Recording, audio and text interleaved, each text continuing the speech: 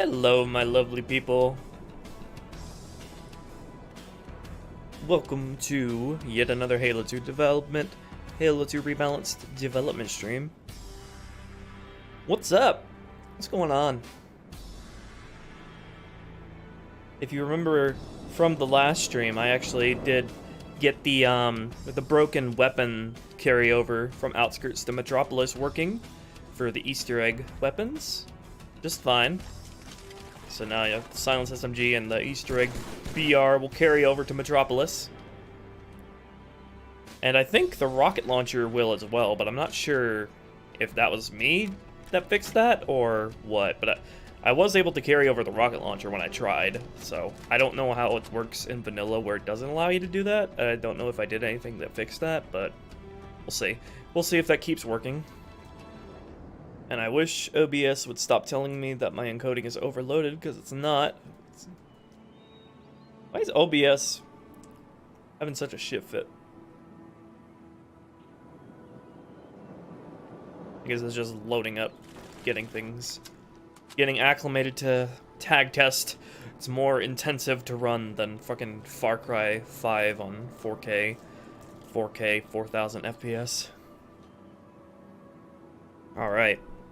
If you want to know what the fix was, it was actually the game checks the damage reporting type in the weapon's projectile tag, weirdly enough. That's extremely specific, so fixing it involved setting the E3BR damage reporting type to Mongoose, and the Silenced SMG's damage reporting type to Teleporter. You know, normal stuff. Makes a lot of sense, but yeah, I just needed to switch their damage reporting types to stuff that isn't used by anything else, and the carryover just fine. Yes, it's very stupid. I don't know why they designed it like that. Always use a sniper rifle? I pretty much did, Primus. I gave him a sniper rifle at the start of a beam rifle at the start of, or at the start of Sierra 117, he held a sniper rifle. At the end, he got a beam rifle.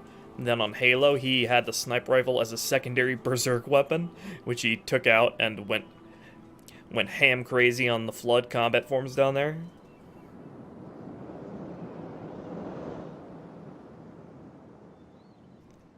And, oh yeah, Primus, the thing you said about the Ultra Grunt spawning with the plasma rifle. Don't you think that would make more sense for the Grunt Heavy?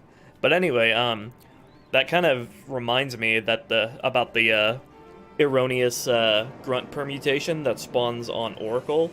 If you guys know, when you come out of the Flood Labs, you're dropped off 2 Spec Ops Grunts, and one of them is mistakenly colored white, because bad permutation name that didn't make any sense, so just defaulted to blank color for it.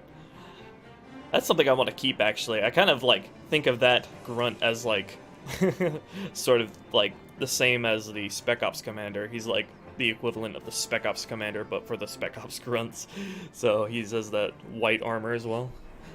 It'd be fun to have that guy spawn with a sniper rifle. In fact, I think that's something I did in the last version of Halo 2 Rebalanced. Might be funny to give him shields as well, but that might be a little extra. Grunt Artos, exactly. What body part is he missing, though? Maybe missing a couple of teeth. He's missing the part of his body that allows him to digest the sustenance from food nipples. F in chat.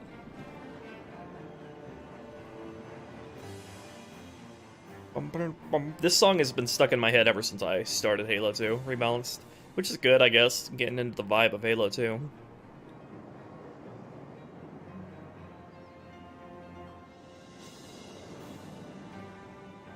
Oh yeah, Halo Reach's sandbox is my least favorite out of all the Bungie games, though I like it more than Halo 4's, where every precision weapon was just in overabundance and it was overly easy to use.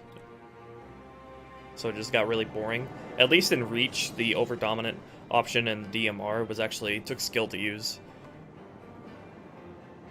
Probably not as much as the CE pistol, but more skill to use than the BR, that's for sure. Not to say the Bloom is good. I'm more talking about its single shot, lower magnetism disposition.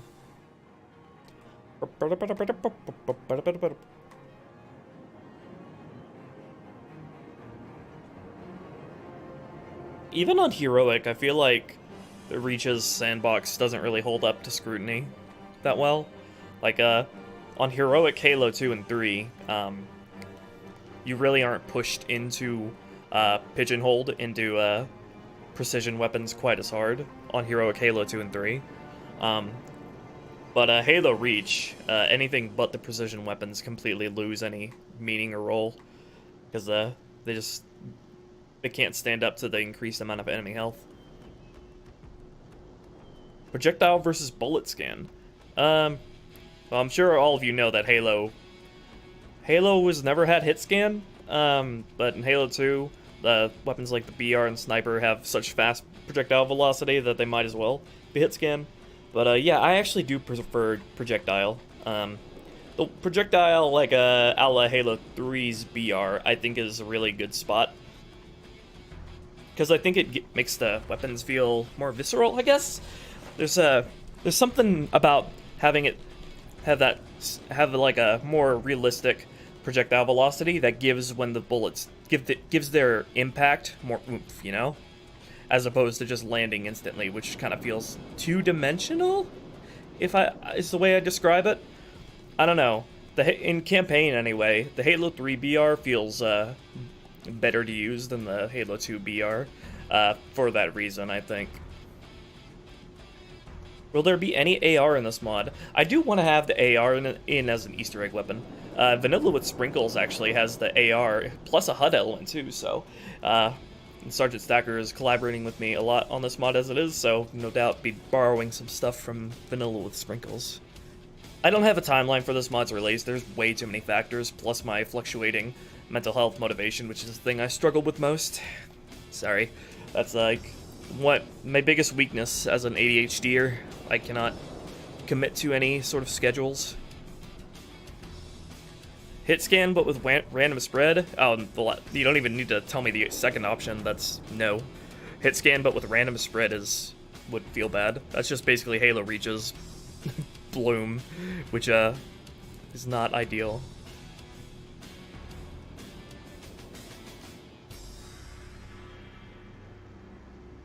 SMG early reload animation is like the CEAR, is it? Or are you talking about the E3 BR? Because I actually really like that. Where is it? There it is. I love this reload animation. I love how much time it takes. I prefer longer animations like that, like in CE, because it gives more emphasis to whatever you're holding in your secondary slot to combo them together, you know? Because you can't just spam one weapon.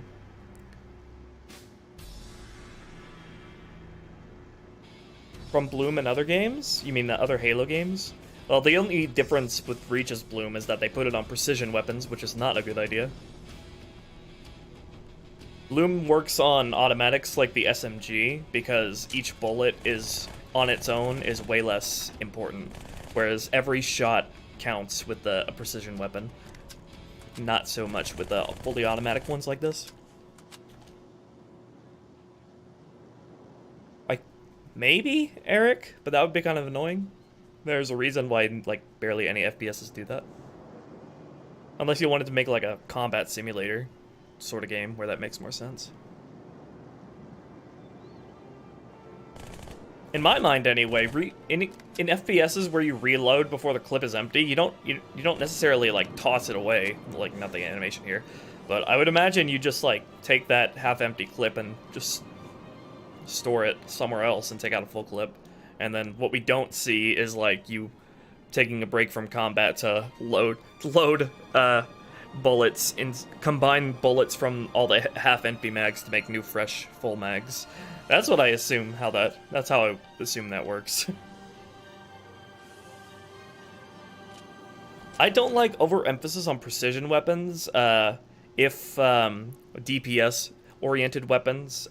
I'm fine with emphasizing on precision weapons because it's like a naturally rewarding kind of game design because they're harder to use weapons, so they have farther reaching utility and all that. I'm fine with that. What I'm not fine with is DPS weapons losing all role as a result, if you know what I mean. Like DPS weapons need to be good at suppressing or need to be lethal, or some other specialized role in the presence of, like, such a precision weapon.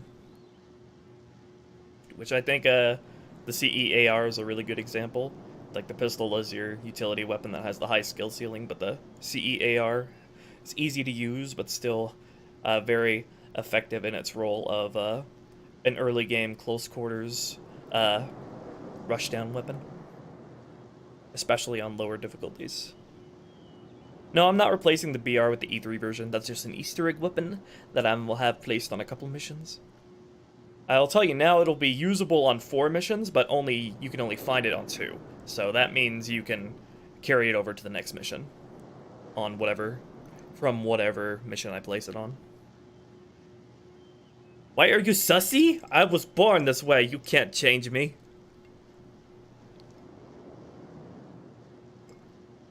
You want sussy? I'll give you sussy.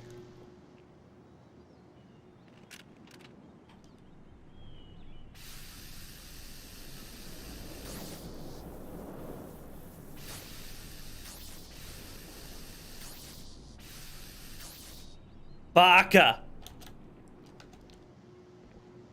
I could just spend all day on my test map just shooting the ground with these weapons because of their improved material effects.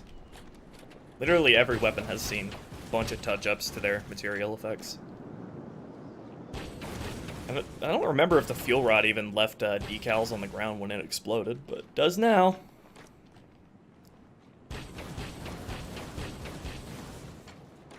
Kind of sus, not gonna lie. CE pistol be an Easter egg weapon as well? Oh yeah, if I'm gonna do the AR, I'm probably gonna do the pistol as well. Not gonna tell you what mission though. Alright. Well, yeah, I did spend all morning racking my brain over fixing the weapon carrying over issue from Outskirts to Metropolis, and I got it fixed, even though the reason it was happening is really stupid. It's like the damage reporting type and the weapons projectile tag, which took a lot of troubleshooting, a lot of trial and error. I basically went scorched earth on the E3BR and replaced all of its stuff with the plasma pistol in an effort to find out what the game was referencing to not carry it over. But I got it figured out. Okay, well, first thing up on the list for today is from my latest playtest session. Since the start of the development anyway, the Banshees, enemy Banshees, particularly when shot by the Scorpion Shell, they, as soon as they're hit by the Scorpion Shell and the pilot dies, they just go zoom. They zoom off into the sunset. And maybe just gonna see if I can replicate that here. I think I already have a area and zone set for flying squads here. So let me see. Let me set up a Banshee testing squad here, and see if we can get this set up. Let's see. Vehicle type Banshee, character elite, weapon plasma rifle, initial zone. Enforcer. That is I tested that for the Enforcer later, and I think it works the same as flying vehicles. The Enforcer does. Okay, and then we'll spawn the Banshee up here, right above our spawn point here. If I can grab it, grab it. I gotta enable gravity, don't I? Or disable gravity. Firmly grasp it. All right, we'll spawn in a Banshee. Veteran Halo 2 playtesters. I think after this pass, I think I'm going to open up a Patreon tier that'll give access to builds for this mod for people to playtest. Not exactly sure about how I'll do that, but I got that floating around in my head. Weapon swap with allies in CER. That's a game engine function, which is out of my reach.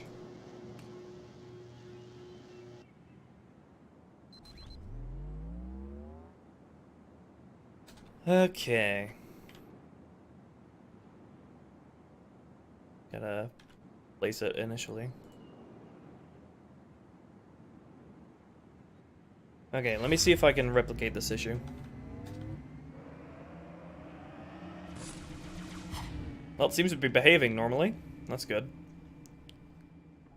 If I can't get it to happen here, then I haven't encountered this issue on any mission but Metropolis. So if I can't replicate it here, it'll probably be issue to do with that mission somehow, with combined with another change I made to the Banshee.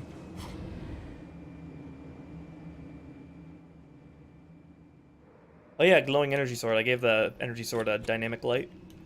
It looks really good when a zealot is holding it. Okay, let's see if I can replicate the issue.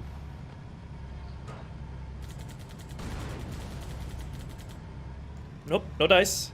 Seems to behave normally there. AI place Banshee. Oh, well, why did you spawn over there? Nope. What? What? Wait, what? Hold on. Did I already have a squad named Banshee? Yeah, I did. Okay. Erroneously. Just call this. I don't know what I was using this for. Just call that by something else.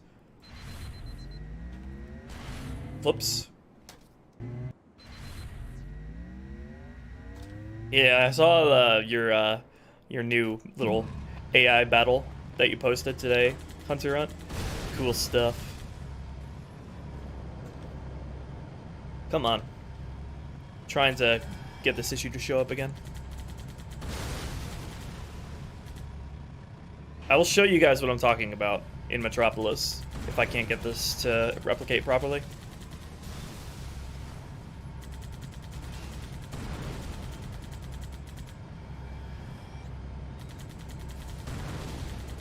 Everything seems all good here. This tells me it must be command script on Metropolis is reacting to some change I made to the Banshee in a weird way.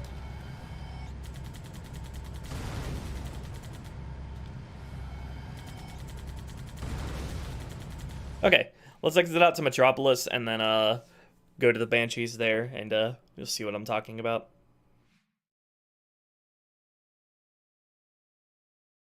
Tank main shot only after shield the pilot down? What you mean? On to Metropolis.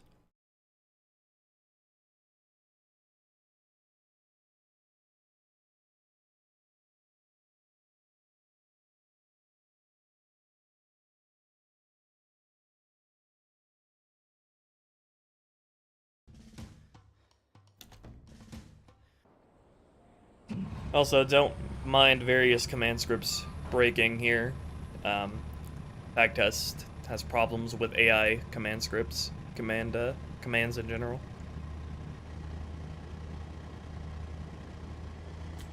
Look sharp. Heads up.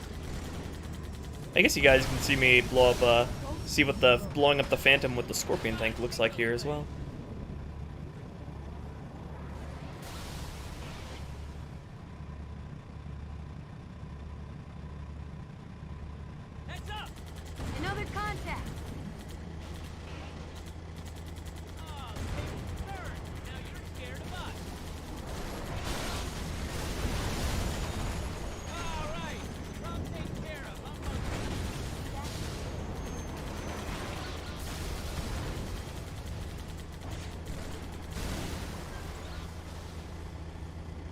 Hello. This guy's stuck between those two vehicles. There we go. I got him with the increased damage from the vehicle destruction. Is that Halo 2 on PC? Bro, imagine playing Halo on PC. Okay, let's destroy a Phantom while we're on our way to the Banshees that are giving me issues.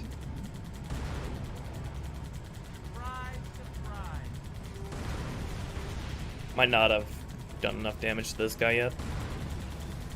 There we go. Woo! Epic. I don't think this Banshee... Yeah, this Banshee doesn't do that weird behavior. What I'm guessing is a command script on this level orders the Banshee to, like, boost. Or give it, like, a set speed whenever it doesn't have a pilot, like the Banshees that spawn up here. Because this isn't happening with any other Banshee spawn in the game. And I'm thinking it might have been something I did with the Banshee's boost that is causing it for this particular command script. Or whatever it is.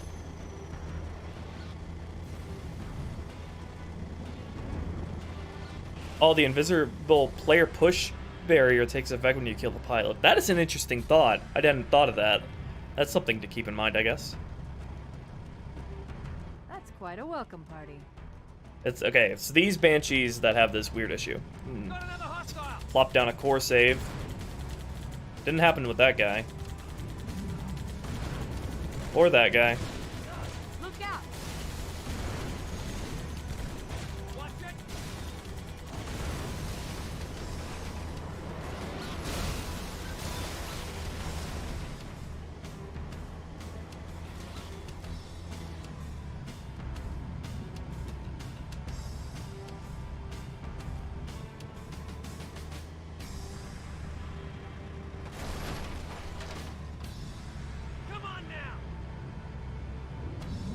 Waiting for the last two to spawn. Or is that broken in tag test? I don't remember. Not even the wraith spawn. God damn it, tag test. You're so stupid. Hey, there's another one. Yeah, see there? Ah! What the fuck? No. My planet needs me.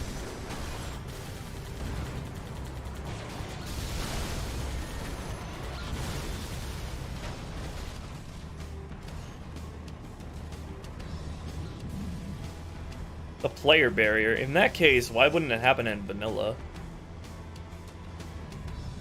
What's causing these other two Banshees to not spawn?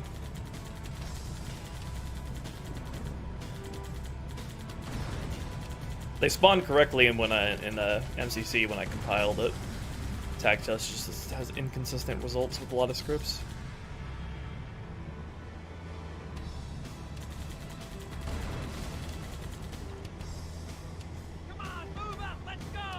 Why did it give me a checkpoint this time? Does that mean... Yeah, there we go. Okay, everyone be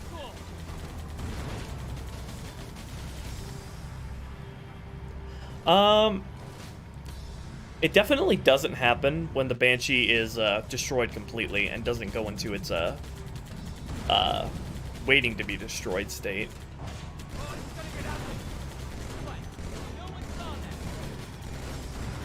Yeah, they'll be killable, Primus. I don't see a need to make them non-killable. Watch yourself.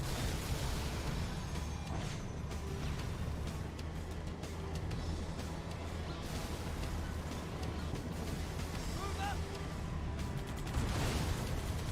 Game didn't try to give me a checkpoint, so that makes me think that script didn't activate.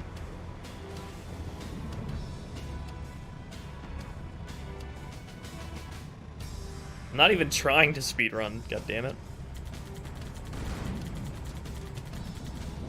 Okay, there goes that guy. Hey, get ready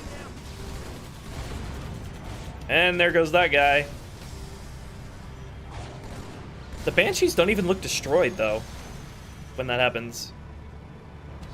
Maybe it's a combination of, the Banshee itself doesn't even get destroyed first.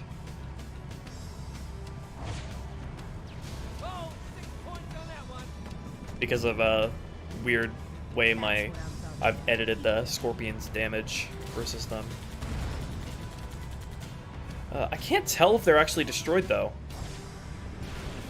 That one got destroyed. I don't know about this one. Yeah, it did. Okay. So I don't... Does it only happen when the vehicle itself doesn't get killed first?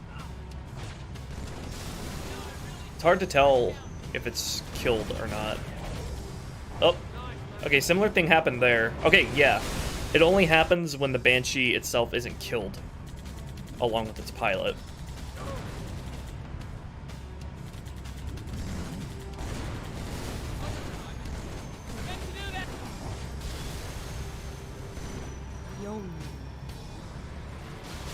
Okay, so what would the answer to this be then? Actually, let me test this further in the with the console command. AI kill all. What is the script thing to kill all the AI that are spawned in? Where's my cheat sheet? AI kill. Oh, there's no AI kill all, only AI erase all. Okay. Okay, let's try AI erase all. I don't think this will erase the Banshee. Yeah, it doesn't. Okay, good. Yeah, we figured it out. So I need to make sure the Scorpion consistently destroys the vehicle along with the pilot.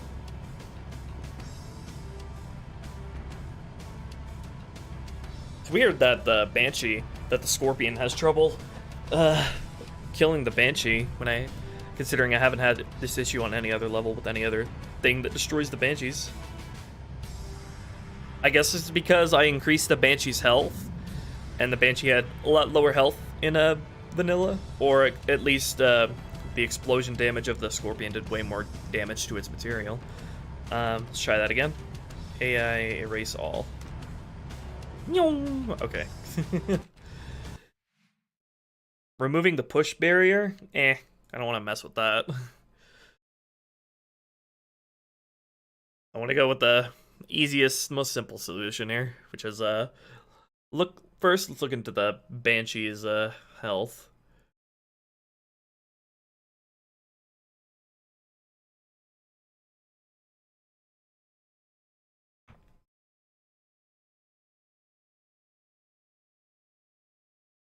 I'm a dirty cheetah. Hello, Brody. We're just bug fixing some stuff. Alright, so Banshee model. How much health we working with here? Got 175 health using hard metal thick for its indirect material, and brittle electric covenant. Alright. And then let me take a look into the Scorpion's damage.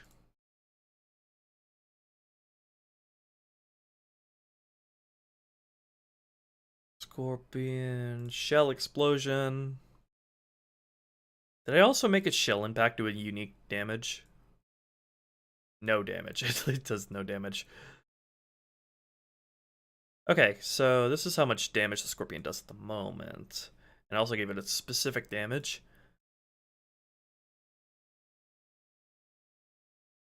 Oops, had to sneeze. Alright. Is the Scorpion doing any special damage to Hard Metal Thick? Hard Metal Thick of Phantom. Alright, how much damage is Explosion Large doing?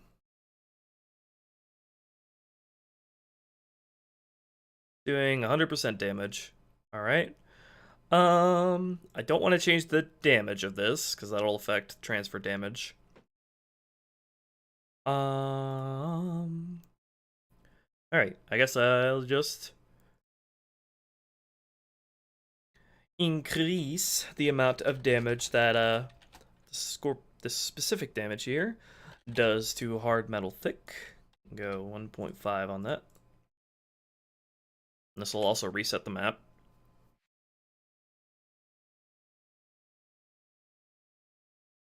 And theoretically, this should fix it. By the way, how much damage does the chain gun of the Scorpion do? Bullet vehicle. Bullet vehicle does 50% damage to Hard Metal Thick. I don't want to touch that either. This is the Scorpion's bullet damage. That just does generic bullet vehicle damage. Alright, let's take a look again. Is there any way to get back to that point more easily? I'm gonna kill you guys, by the way, so I don't have mixed results from the rocket launcher. What is this project? This is Halo 2 Rebalanced campaign overhaul.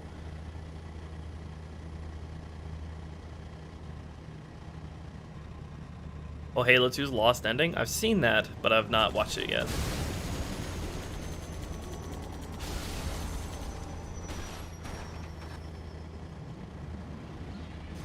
Let's just speed up get back to that point. Will the Pelican be destroyable? I don't know quite yet. I'm going to look into that later.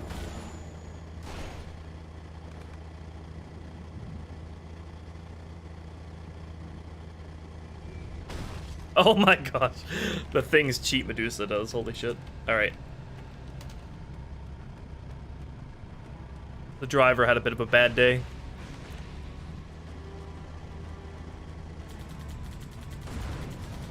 Hey there, McNaughty.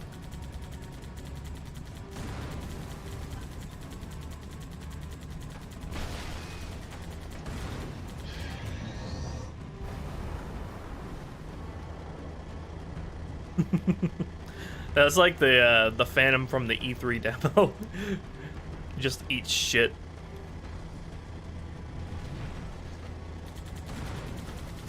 Also, why is this guy's left eye smoking already? Quite a welcome party. I don't know why that sound played twice. Alright. Moment of truth.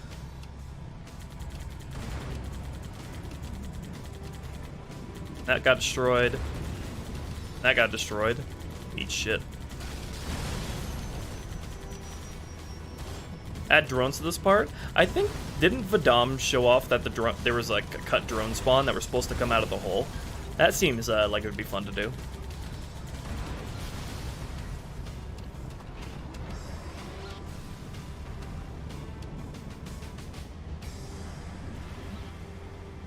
Why the Jackal boyfriends in particular? Well, you have to be more specific. I kind of did that shit twice in CE Rebalanced. What the Phantom doing? Let's try to put it out of its misery.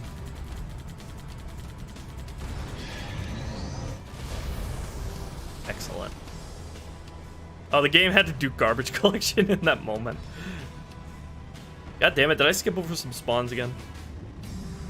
God damn it, tag test. Poor load.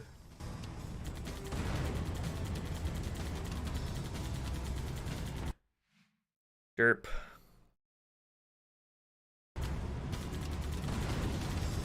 Oof, yeah, I like that. Well, we're definitely destroying them on hit.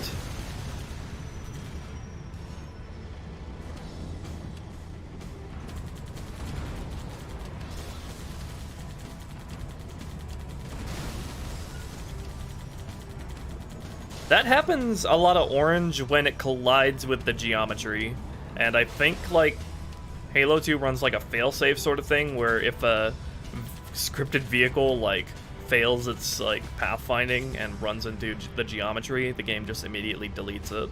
I've seen the same thing happen with when I messed up the shadows on this level. Can I get some Banshees here, please? Can I get some motherfucking Banshees, please?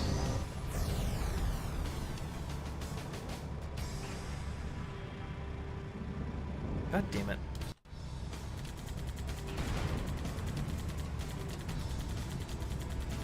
Well, it's not happening with these guys anymore. Let me try when I'm not shooting at it with a machine gun, just to make sure they get destroyed.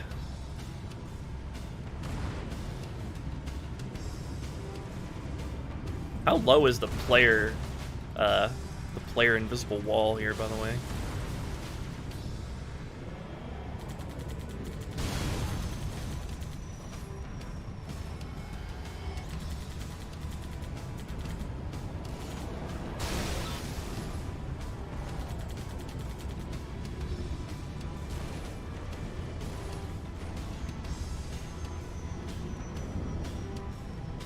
Rebalanced light files be put into anniversaries files? I'm not sure what you're asking.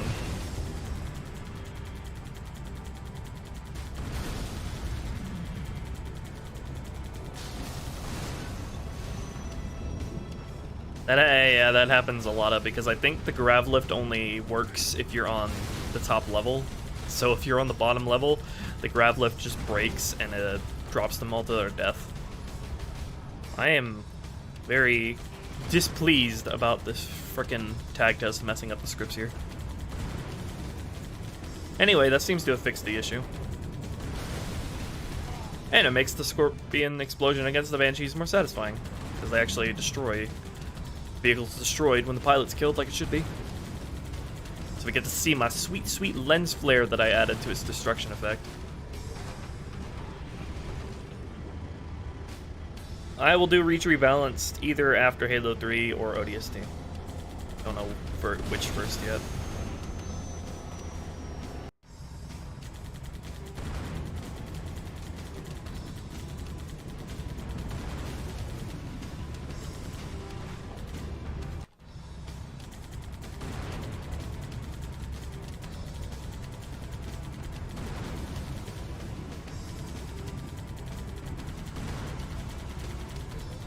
You can kill the vehicle with the chain gun, it just obviously does less damage than the cannon shot.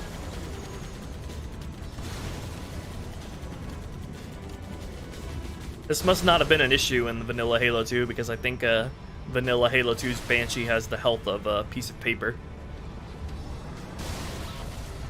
What's up with the Phantom? Don't think about the Phantom too hard. Just having a bit of an off day. I got the checkpoint, does that mean they're gonna spawn?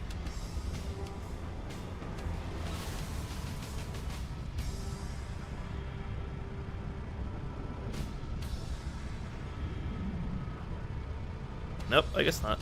Well, anyway, that fixes that. Alright, next we're gonna take ourselves on over to the Arbiter mission.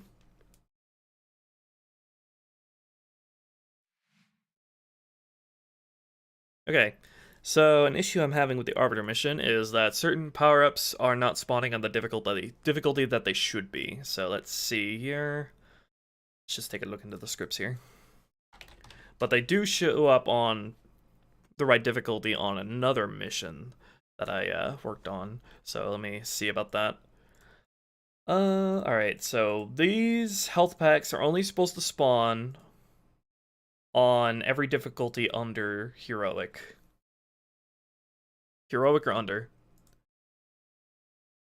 So let's load up the Arbiter mission in Sapien and double check that I have those to not spawn automatically. Because I did the same thing in Quarantine Zone, and it works there. So let me double check the Quarantine Zone script as well. Alright, so if, yeah, it's the same kind of script here. If the game is on Heroic or lower, then create this health pack. So I think these are, I wrote these the same way, so let's check up on the Arbiter mission.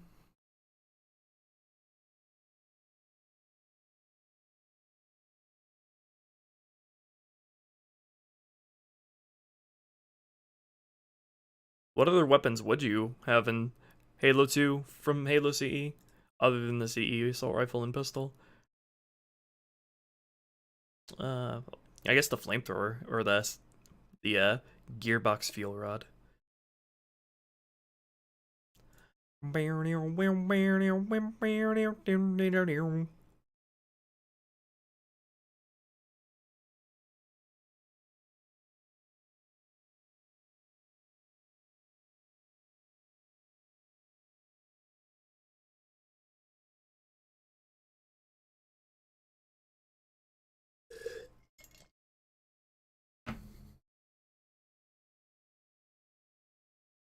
Because the game is set to read Heroic as Heroic difficulty for Halo 2.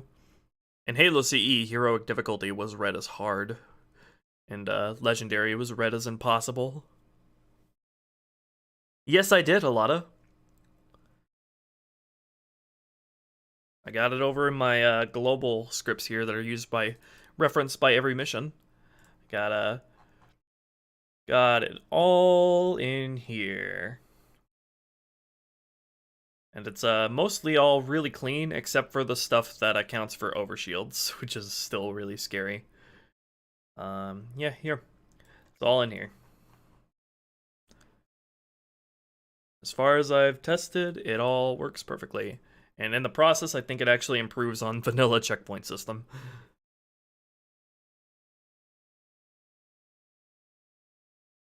It doesn't read it in alphabetical order. Yeah, I do want to have those Spec Ops grunts mainly use needlers like they do in C.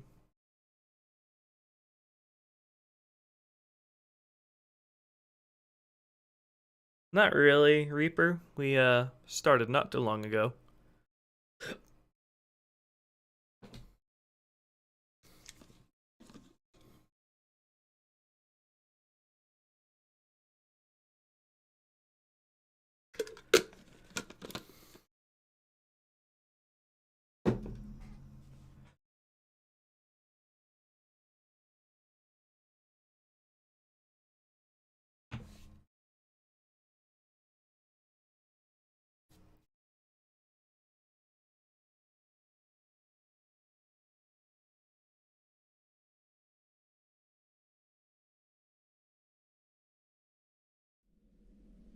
Okay, let's see those health packs that are not appearing on the right difficulty.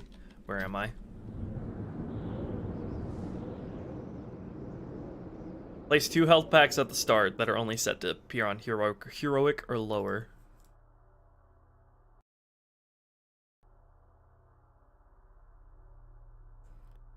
Oh yeah, and also there were a bunch of boxes I put on some of these missions that are floating when they're not supposed to be.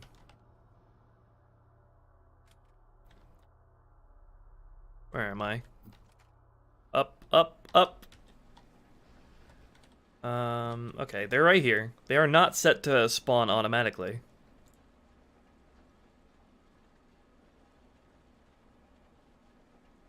Okay, got a health back there. Alright, these do not spawn automatically. And their BSP policy is set to default as well. What does that mean exactly? Does that mean they spawn in exactly right as the BSP loads? As opposed to manual BSP placement? Let's see. Let me set them both to manual BSP placement.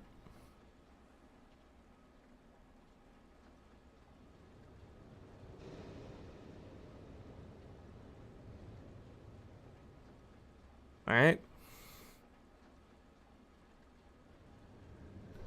I think Halo 2 pretty much only has enemy zealots on higher difficulties. Like, in fact, I'm not even sure if zealots, if you have enemy zealots at any point in vanilla Halo 2 outside of Legendary. Like, does the zealot in the Metropolis tunnel spawn on heroic? I don't even know.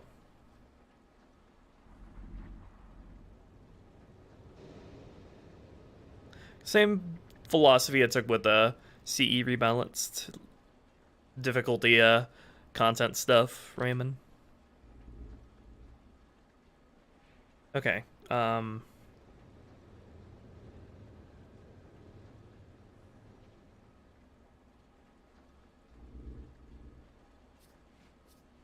Okay, let's load up Legendary here and see if that worked.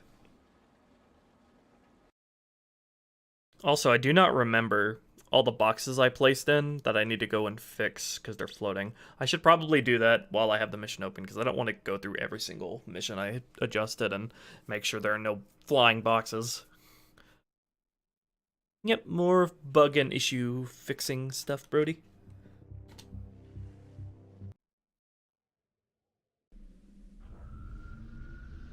Look at these broken ass scripts because of tag dust. We are the arm of the prophets, officer, and you are the blade. Be silent and swift, and we shall quell this. We'll see RXB. I've yet to really start brainstorming hard about the mission changes quite yet. And it should have their local battle net in disarray. We have the element of surprise. I should definitely put more zealot encounters, enemy zealot encounters in though. At least on Delta Halo or Regret. And I also fixed the zealot spawn on Gravemind already.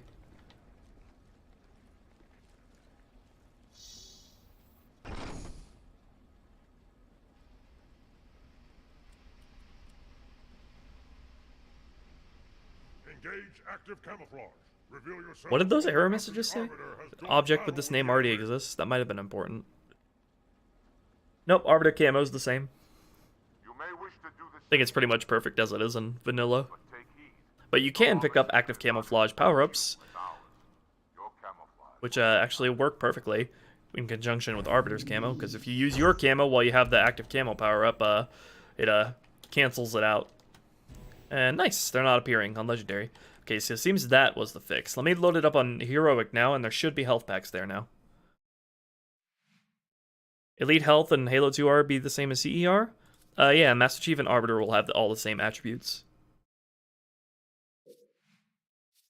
Except they have a unique health bar, HUD element, icon things.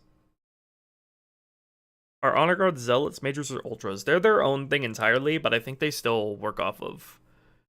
Well, the way I have it anyway. In my mind, the base Honor Guard rank is equivalent to Major in terms of strength and AI.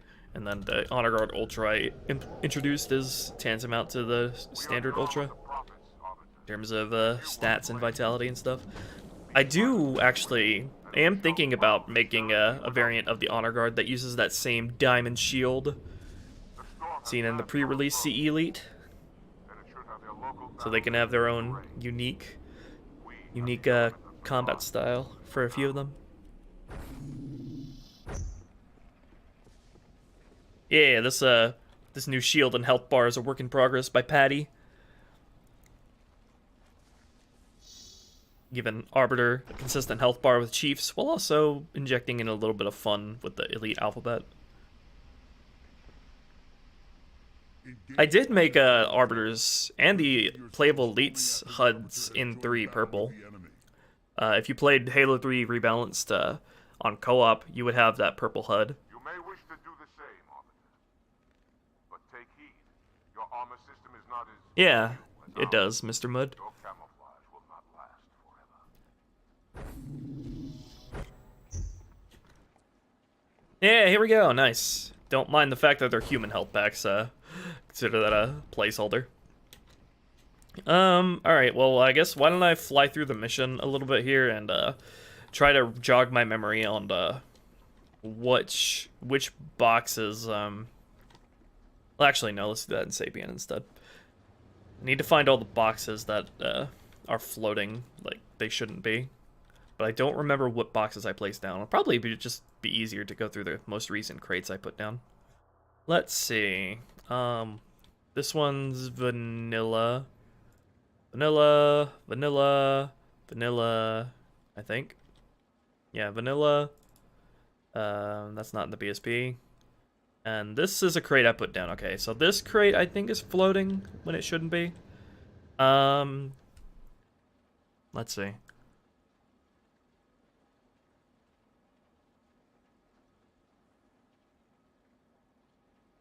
I'm still not sure how I'm supposed to go about placing down scenery objects in relation to gravity. I just addressed that, Chewie. I literally just said they're placeholders.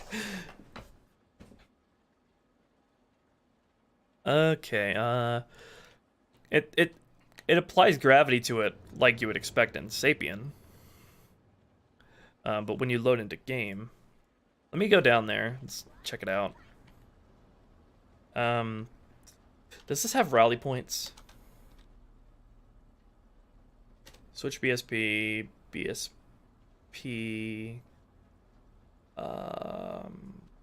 what is it? 0? Yeah, I only have the human health packs now, so there are human health packs all over, like, Gravemind as well. Don't mind that. No, not New Mombasa. Does this have working rally points? Let's see. Underhanger. And it kills me.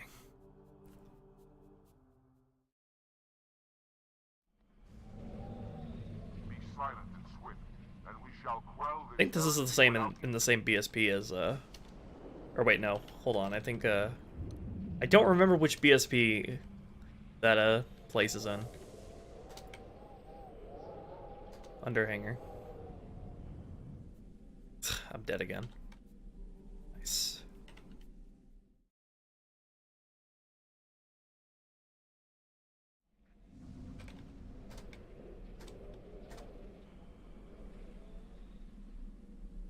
To war, indeed.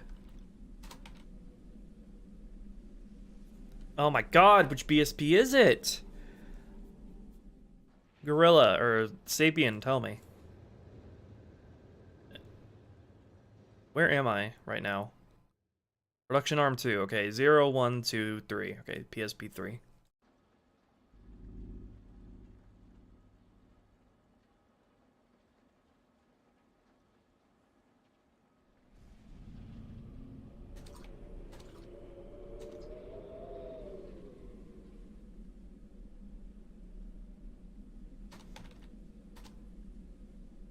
There we go.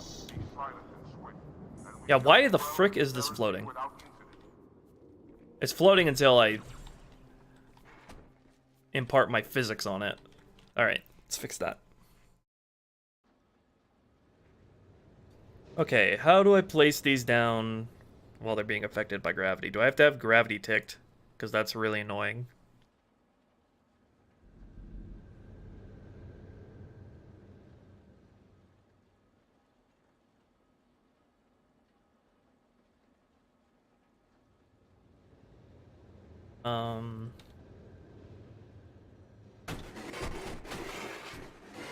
If I do that, it spawns in the ground like that, which is not ideal.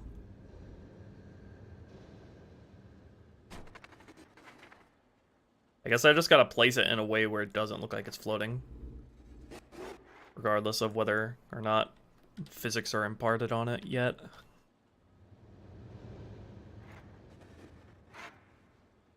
Here's where I put the Jackal shields in this mission, by the way. The first introduction to them. Okay. Let's see how that looks. Impart physics. That's the nerd who got bullied in Forerunner school. Do they RXP? I will look into that, if so. We are the arm of the prophets, officer, and you are the blade.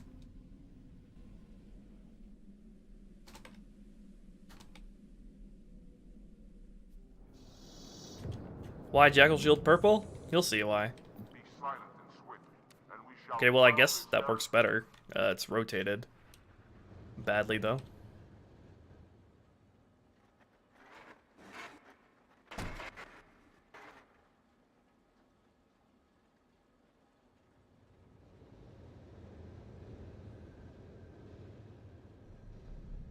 How do I get it to just be affected by physics as soon as it's spawned, though? Create at rest is how a lot of the vanilla stuff has been set. So I guess that makes it automatically disposed to physics? Let me see. Let me rise it spawn up like this while created at rest and see if it places properly.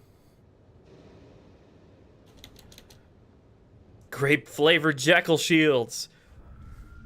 The start of the grape journey.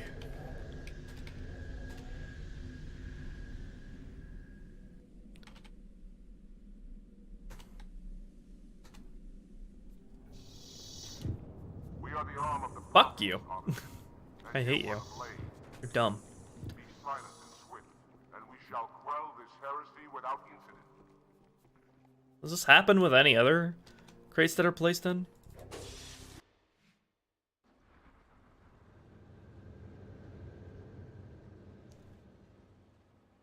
Let's see.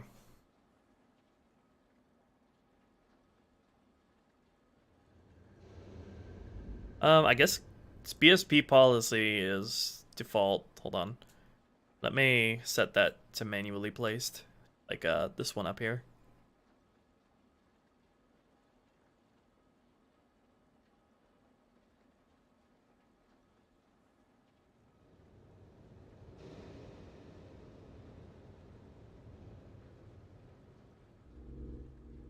Okay. Everything between these two is not the same.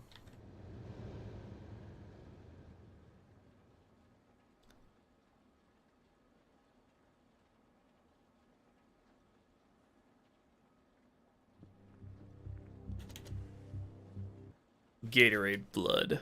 Sounds delicious.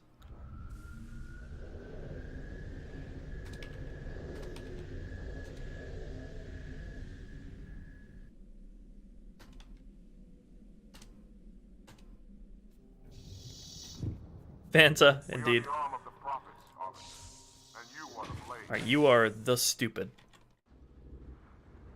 What if I... If I have gravity enabled here, then I can't touch the freaking top and bottom. Do I have to just place them down with gravity enabled?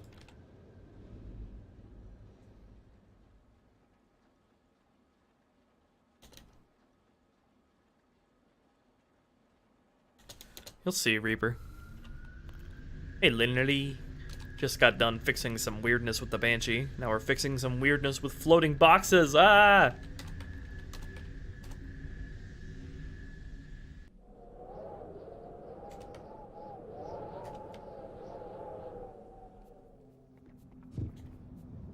We are the arm Okay. It's being stubborn. Yeah, if I don't have gravity disabled, then I can't make it not spawn in the ground like that. I just gotta place it as close to the ground as I can without it flipping out. That's kind of annoying.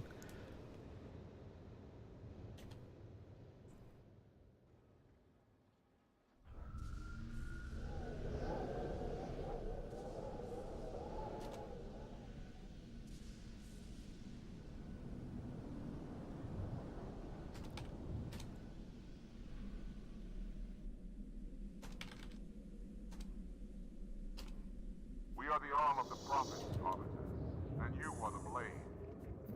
Be silent and swift. It kind of popped out of the ground there. I don't notice these crates doing that though when I approach them. Does this happen with any other crate physics object in Halo 2? Because I don't recall it.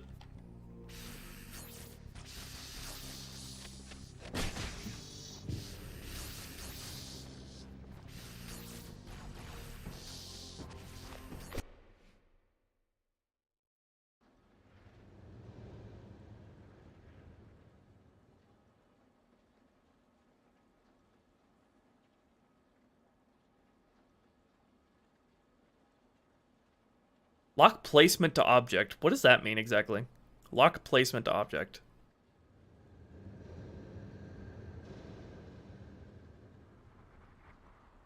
Was that done with all of these? I don't know. I've never used that yet, so I don't know. Indeed, Linry. It's only going to look better from here once I get to making the shaders.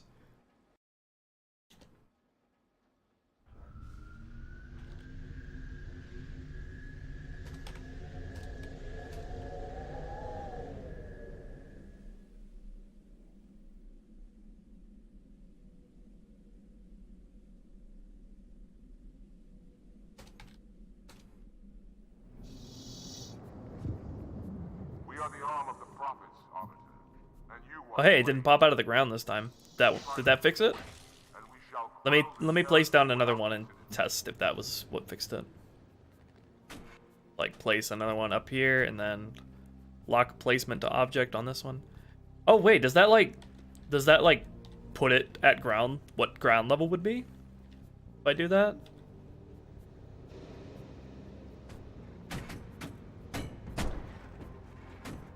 Wait, why did they put it over there? Oh wait, it locks its placement to wherever the physics put it. See? Okay, I get it. So that way you don't have to worry about it being in the geometry or slightly in the air.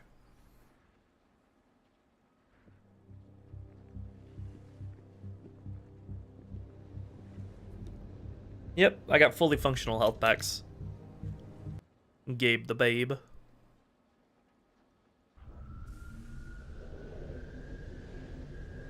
Yeah, they're in the Ruby Plays playlist. All the live streams.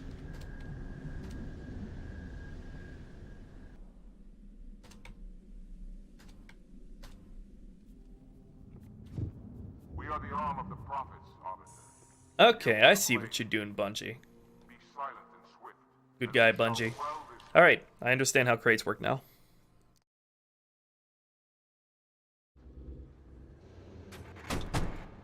Wow. Alright. I think that was the only crate for this mission, unless I put more on another BSB, which I don't remember.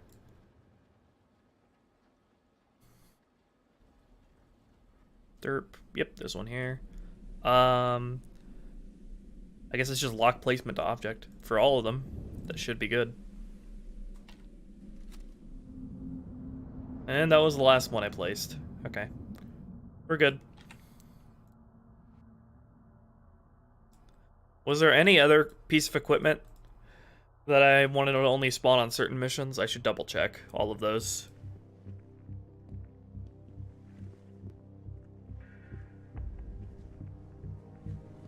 Cutscenes playing in the background.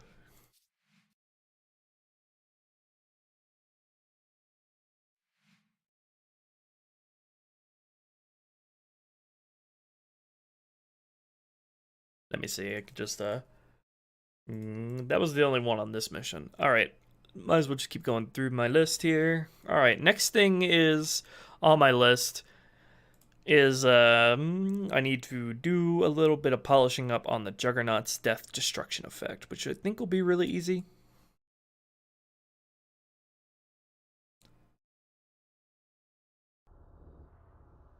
Thank you, Scott. I already fixed that, Chewie. Got a big brain scripting workaround for that checkpoint refill. The great journey was the friends we made along the way.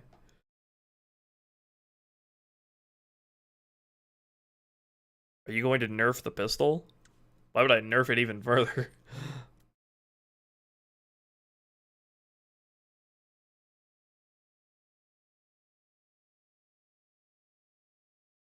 Halo 2, debalanced.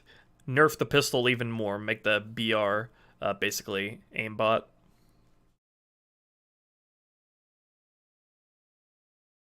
How it affects co-op? It should work fine on co-op, but I've yet to test it. That's something I'll need to do.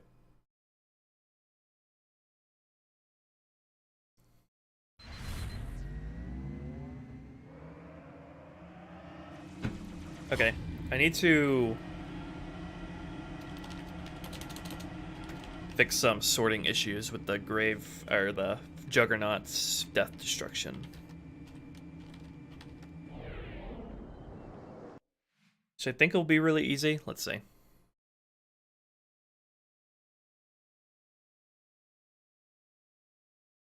If I can remember where that tag even is.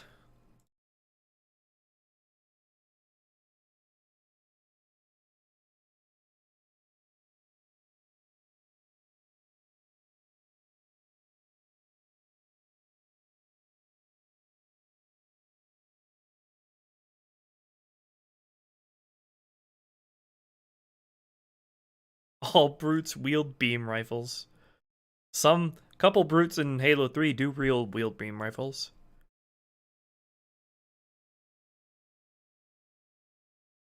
Enemies have infinite health, weapons do absolutely no damage, so I'll basically make it like Halo Reach.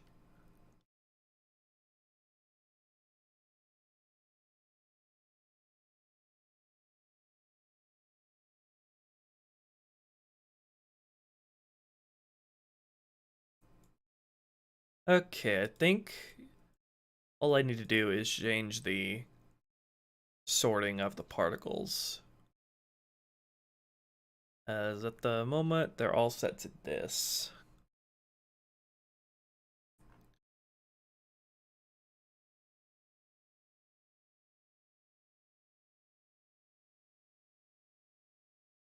Let me spawn in a Juggernaut and take a look first at what it looks like currently.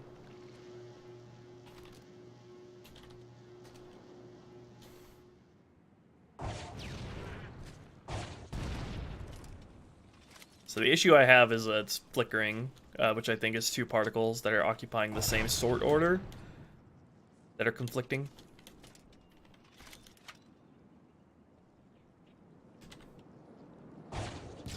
Oh, he dodged the rocket. Chad.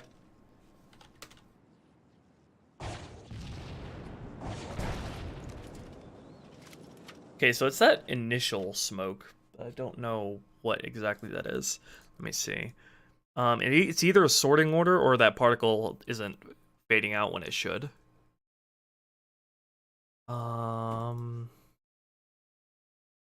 I don't know. Let me try changing one of their colors to like bright pink so I know what I'm looking at.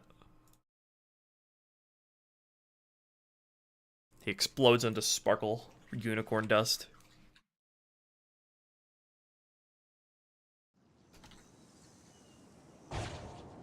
Oh my gosh. He's a ninja. Oh jeez. That's funky. Okay, yeah, pink smoke's it's doing something.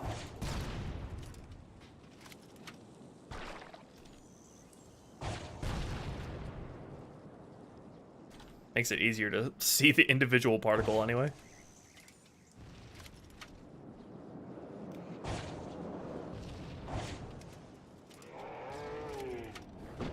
Don't you start kicking up more particles. Stop it. Makes it harder.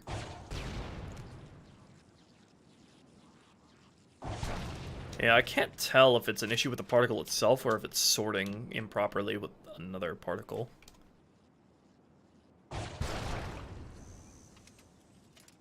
I actually do have that on my list, Mr. Home Buddy, to work on the infection form damage.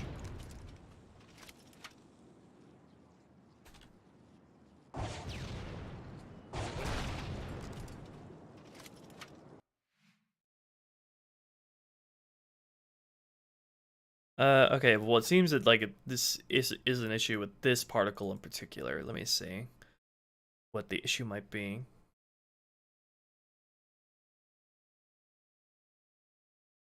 Let me cut its emission rate in half.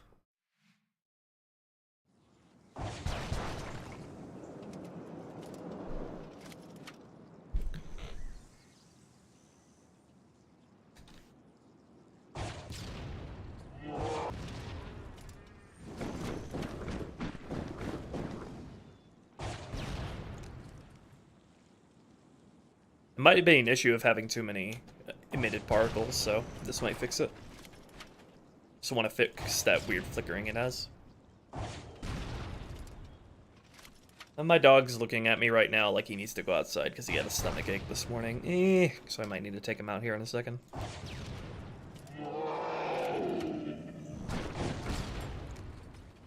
Yeah, I don't notice the issue anymore.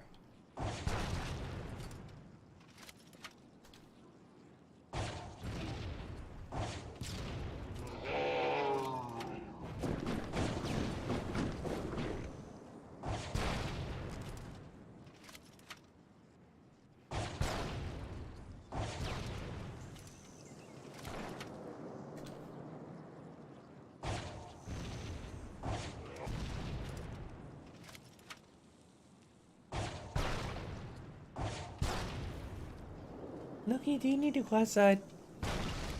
Does your tummy hurt again?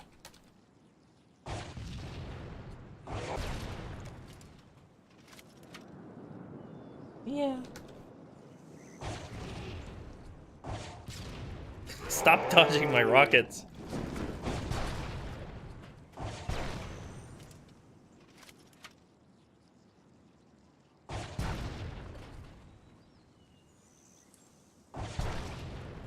If it's happening still, it seems to be way less common. Let me try turning its emission rate. Its lifespan to 4 and its emission rate to 3.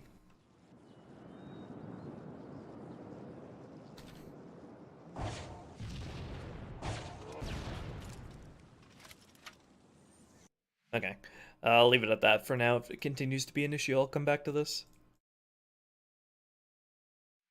Alright, I'll be right back. I need to take Loki out because he has a little tummy ache issue. Let's get an AI battle going to leave you with.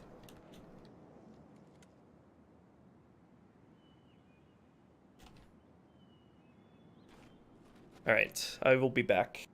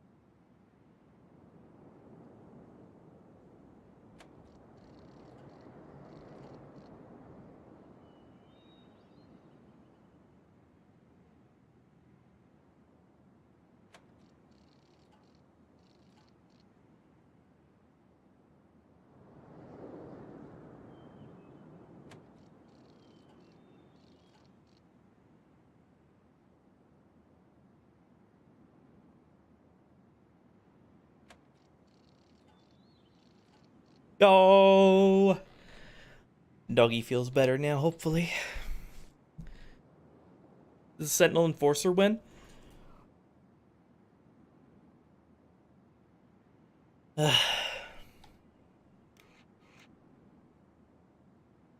What went down?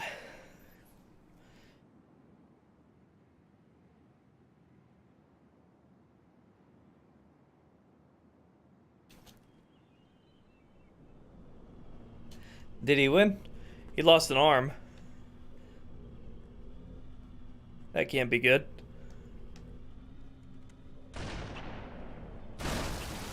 Oh. Oh no. Okay. What were we working on? Oh, there was a single infection form left. Technically, that means the Flood won, because there was a single infection form left. He was just hiding.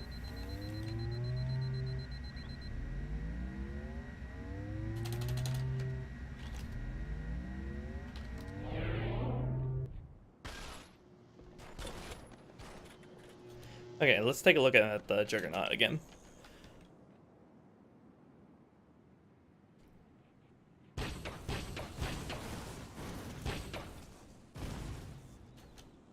Still flickering a little bit.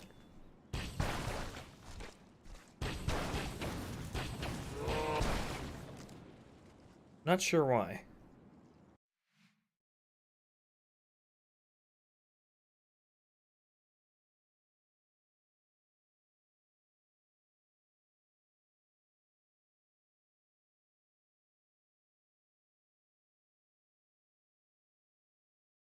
I'll bump your maps. Okay, what if I change this one to gravity instead of up?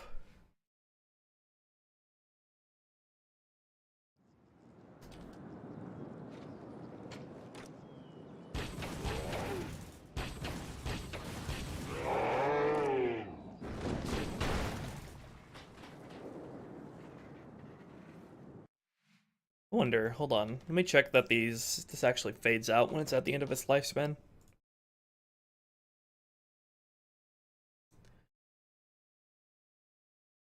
Where's its alpha?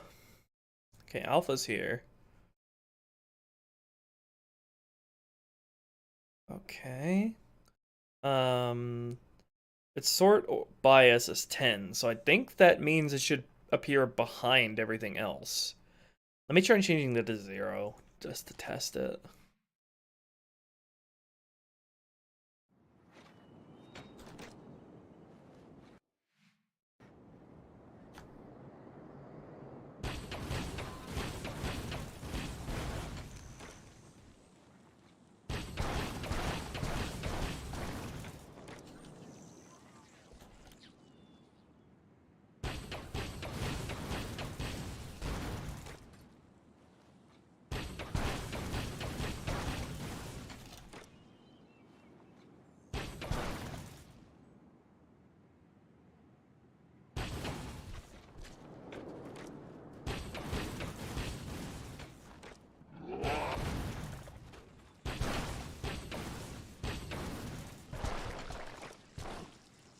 Still can't really tell.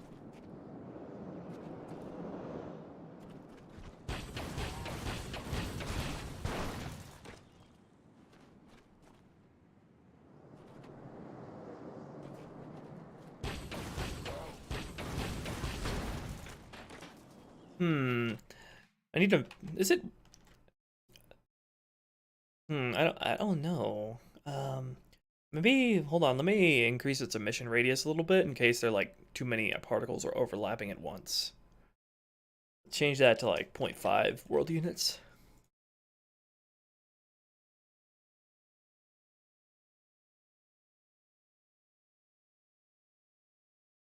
Be gone, bot!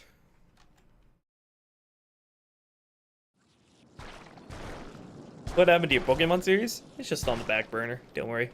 I'll get back to it soon. Come out the gates swinging. Still flickering a little bit, but I'm just eating all those infection forms.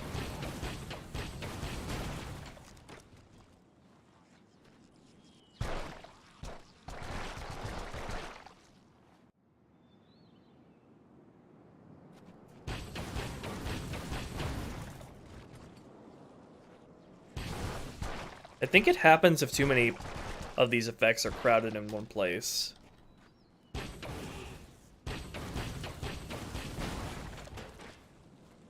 Don't talk to me about dating in Halo unless I'm playing a Halo dating sim.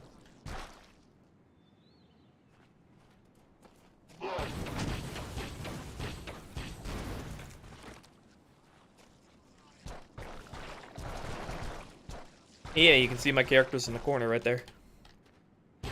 Still very invested in it.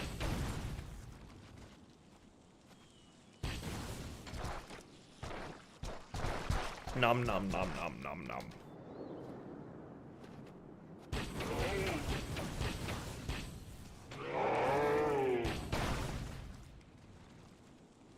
Let me change its color to purple once more.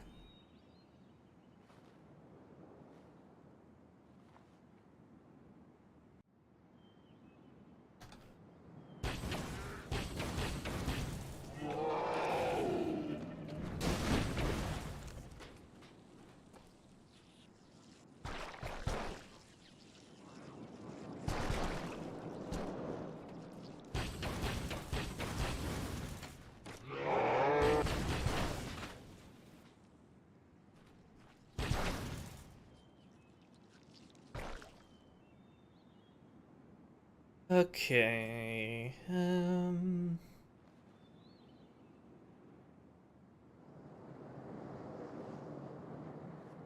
Still not sure.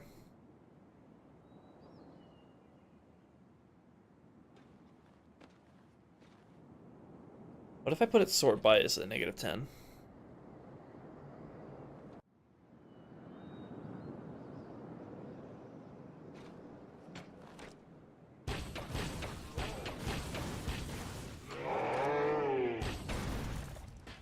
No. Is it an issue with level of detail or something?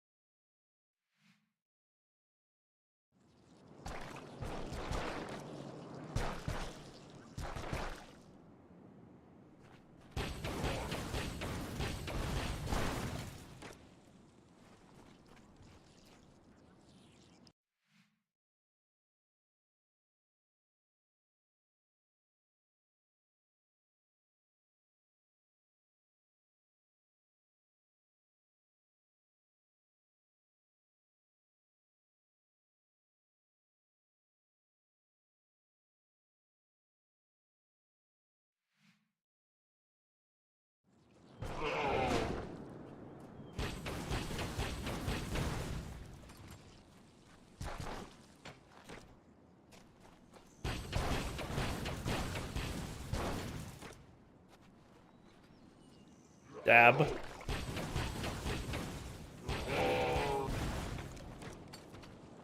It still happens with this particle. With the particle, even if there's like barely any of it on screen.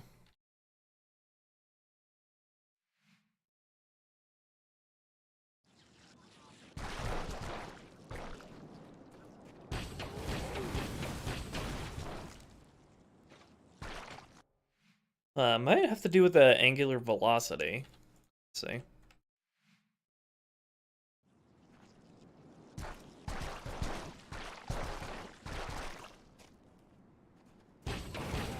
Because I feel like it's rotating rather than like flickering.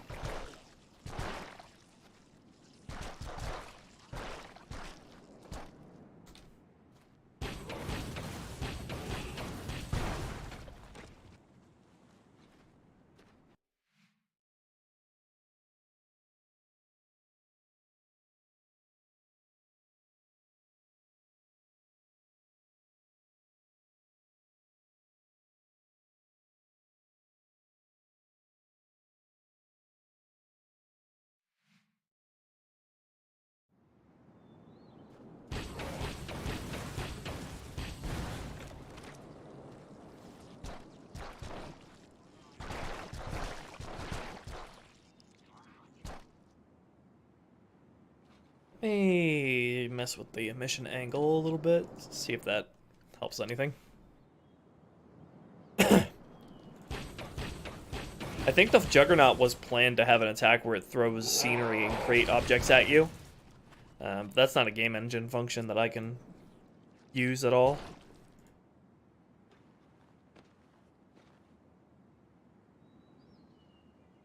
Blood Juggernauts are pretty fast when they're berserking.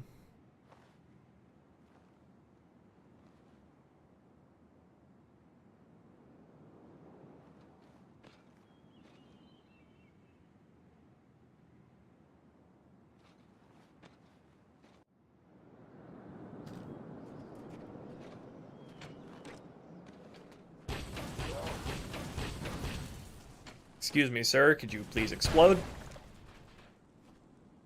This is a really weird thing. I haven't had this issue with any other things that use this sort of volumetric dark smoke.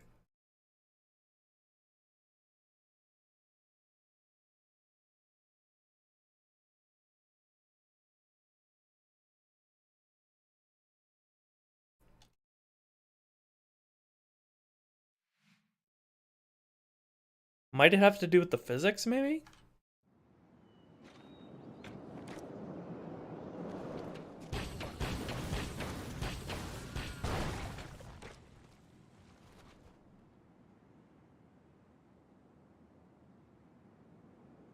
Let's see, this uses smoke volumetric dark.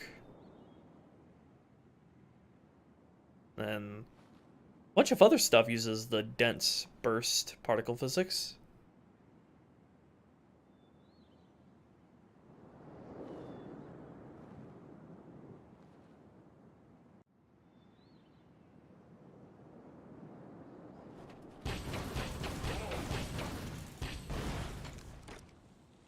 Don't know. It's like it keeps changing the model it's using for the smoke, like mid-effect. Something like that. What if I change it? What about the coordinate system? Parent.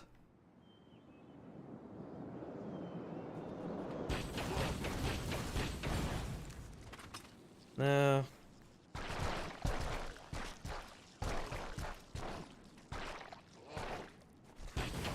I feel like Arbiter wouldn't be the Sundari. The Shipmaster would be the Sundari. Yeah, that's Vadam's ragdoll physics that he made for Uncut. For the Juggernaut.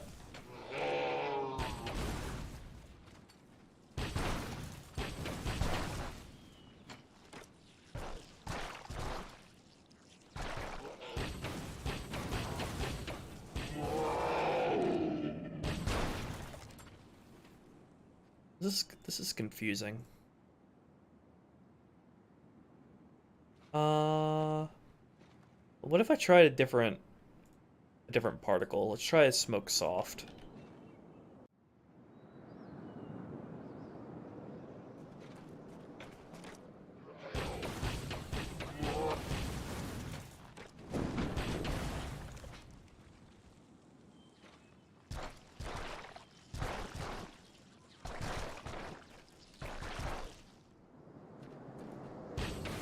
If I make Halo 2 Cortana any sexier, the universe would implode. I don't know if it's still flickering or if it's just because the particle is softer that it's harder to notice.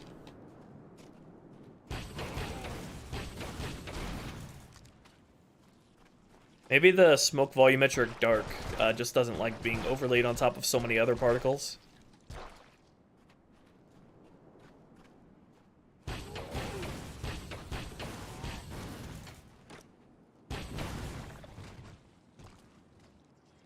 I think it's still flickering a little bit.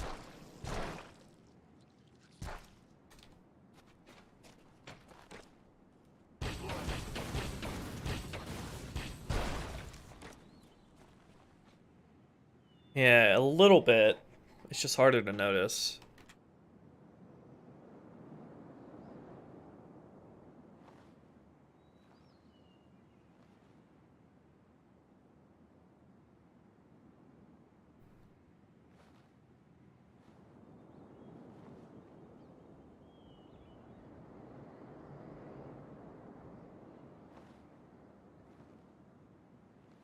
Let's keep trying with different particles here.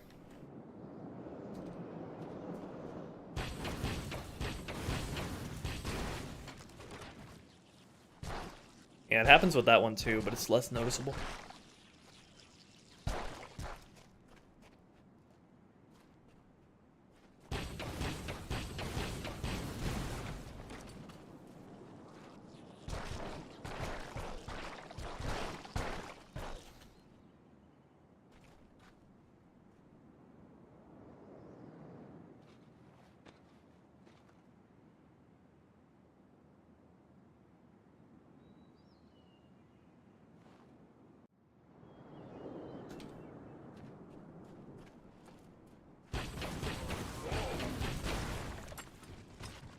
I didn't even notice that one.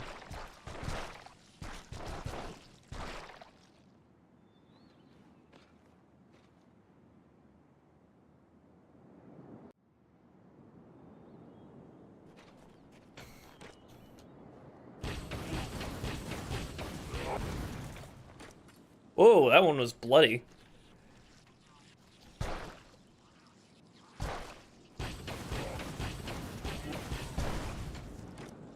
Pop.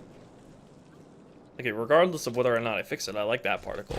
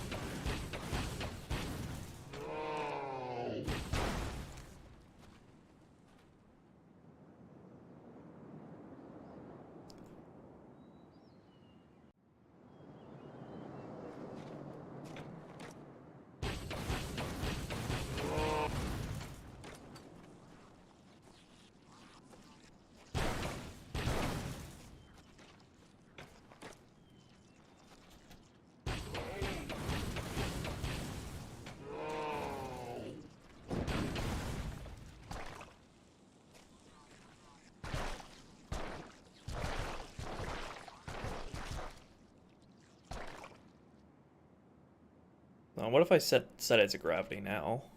Where will it emit from?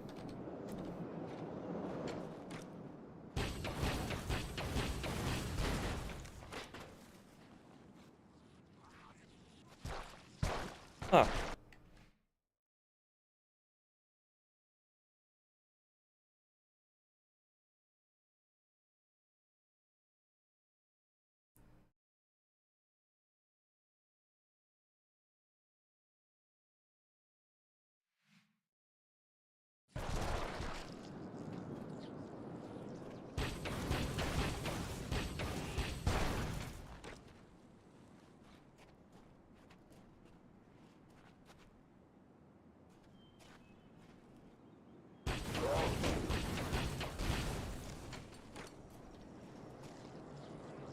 I like how that looks.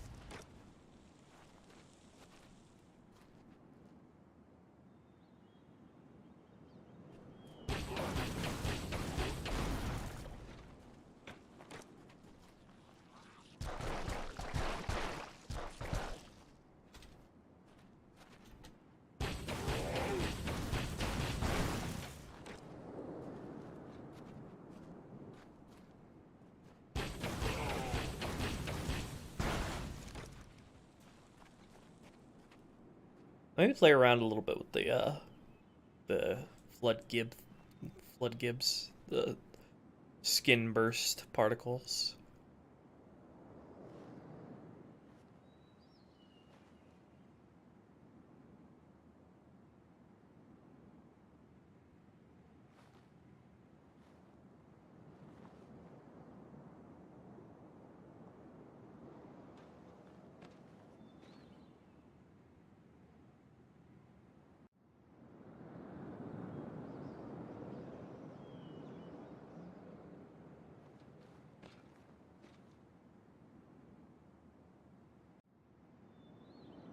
How many melee hits? A lot, if you don't have a bladed weapon or a brute shot. I feel like those gibs need to sort on top of the everything else.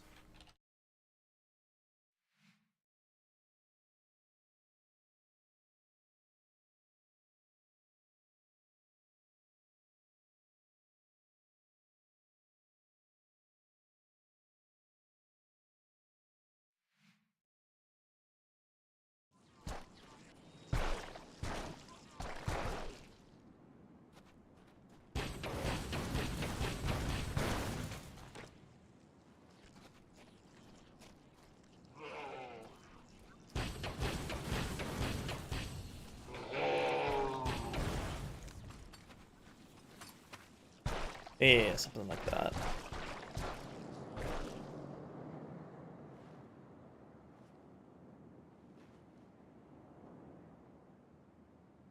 Also, are the particles accelerating in the wrong direction? No, they just stop accelerating at a certain point.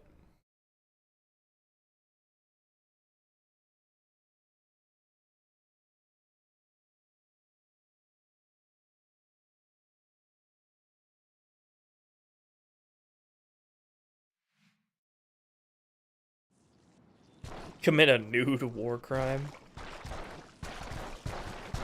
I eat infection forms for breakfast.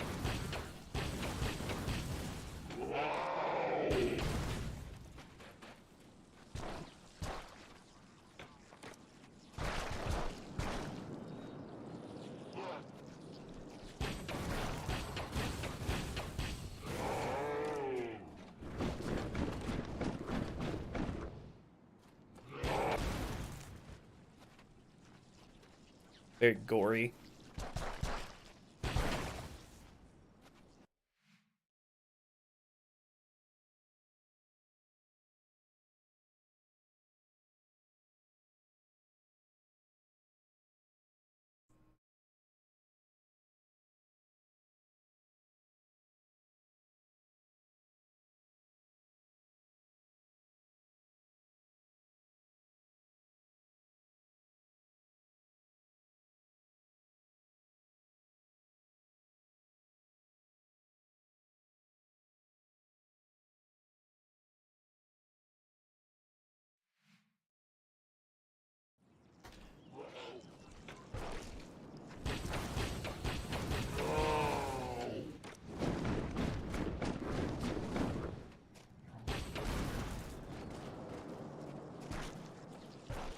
Okay, we'll leave that alone for now.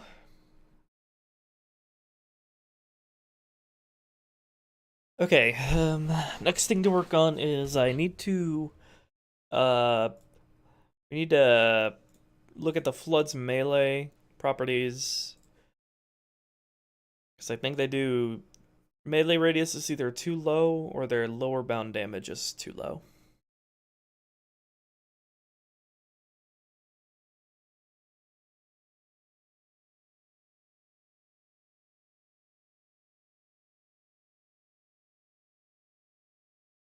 So let's open up their melee tags.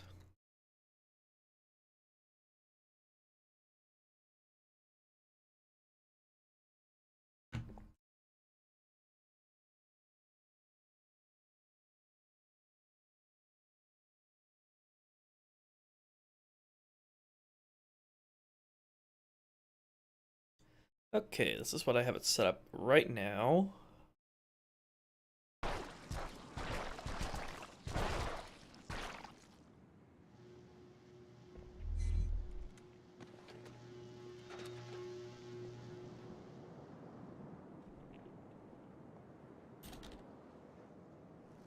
Probably have too many flood set to spawn in on this.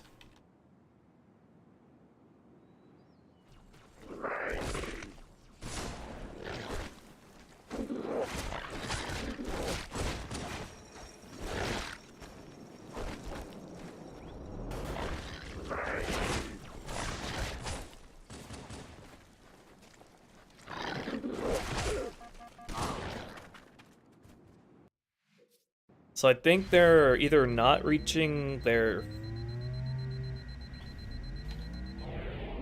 They're not reaching their, the full bounds of their melee damage consistently. Or their melee damage just does too little damage in general.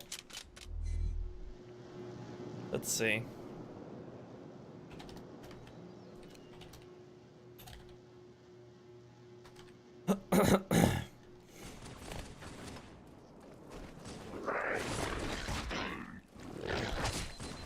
Do they have multiple frames for their melee damage, like so many other AI in this game do? That didn't even hit me. Might have to do with their damage angle, cone angle.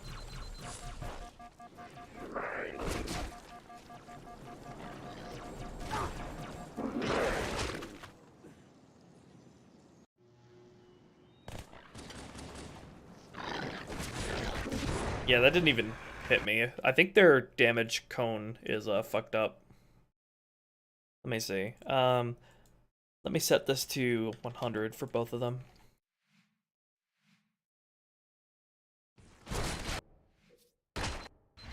Oops, didn't mean to do that.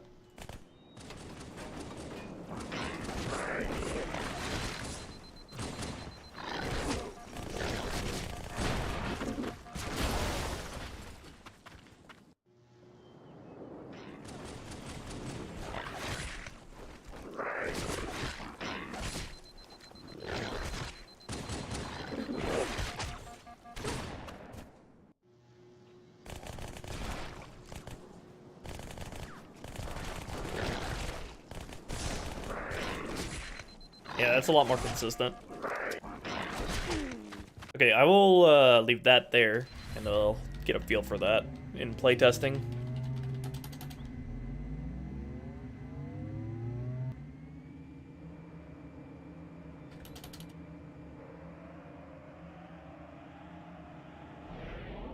Okay. Next thing up on the list. I need to adjust the infection form's bite damage because it is too high at the moment. Kills both me and AI too fast.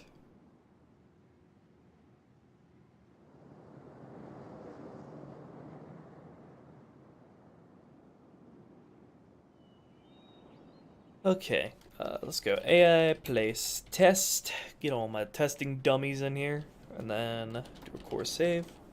And let's get some infection forms out and about.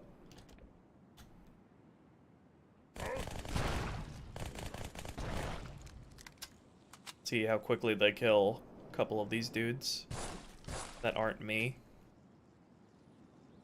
Go after someone that isn't me! Hold on. AI Allegiance. Player Flood. There we go. Should be cool with me now.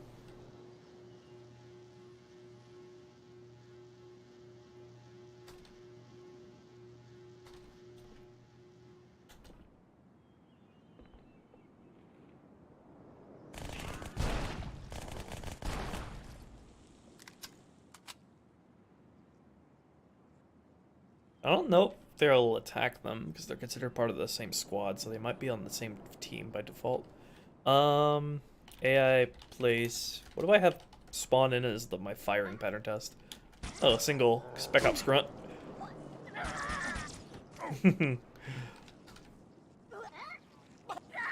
Yeah, that's super fast. Holy shit.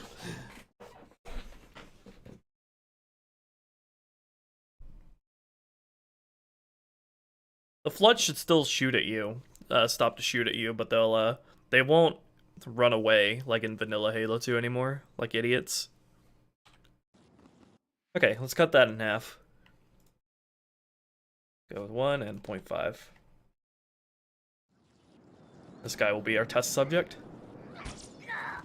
That was a lot of them on him at once.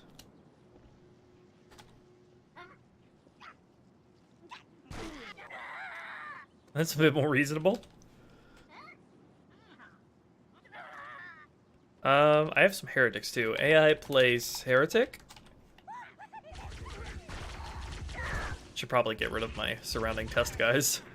AI erase all. And collect the garbage.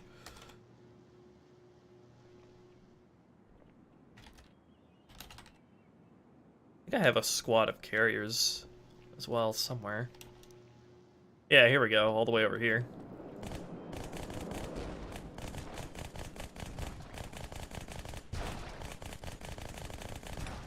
Let me summon the popcorn.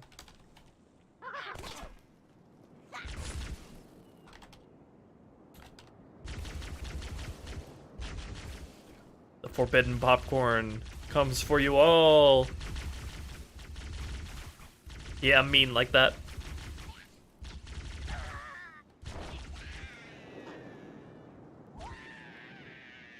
Still kills really fast. Let's cut that in half again.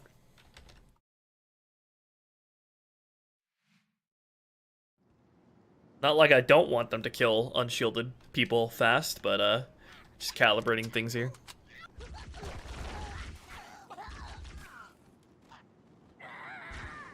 That seems good.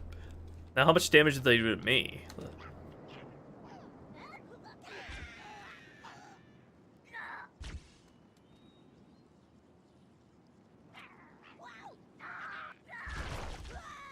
Do I have them set to force hard ping? No, I don't.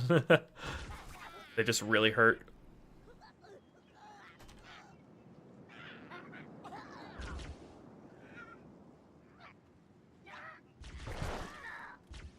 Let me place on my drones. AI place drone.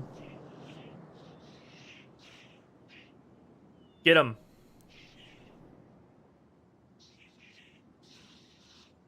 They're having a oh gosh, they're having a much harder time attaching to the drones. Can like only one of them attach at a time?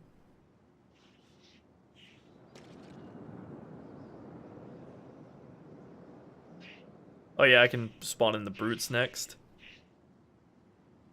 Why are they having such a hard time killing the drones? Probably because the drones have an indirect... the material that the infection forms are doing damage against is tough organic instead of soft organic, like the grunts. I guess we'll find out when I spawn in the brutes. You just hear a pop. My infection form buddy's getting lost.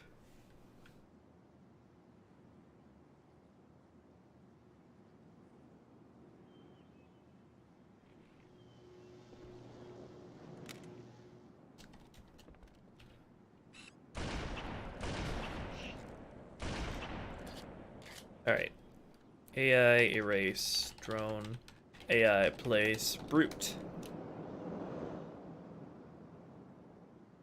Over here, buddies. Come on. AI magically see brute carrier? Or carrier brute? I don't know if the infection forms are even considered part of a squad anymore. Oh yeah, they do barely any damage to tough organic.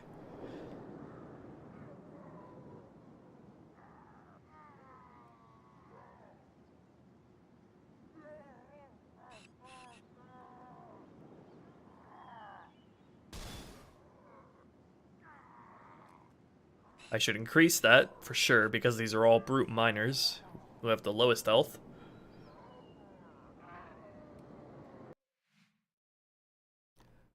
It would be cool to put the spiker in Halo 2, but I don't want to take attention away from the brute plasma rifle. I feel like that might change things a little too much.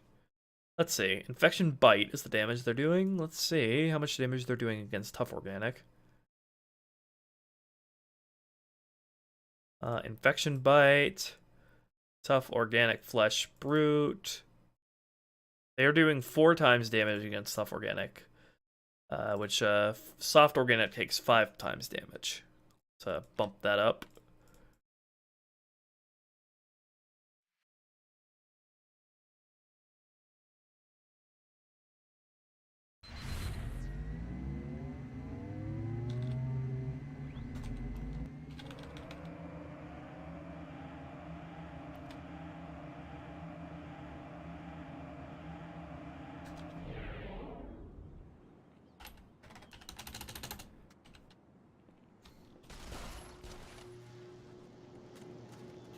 Really, Alistair?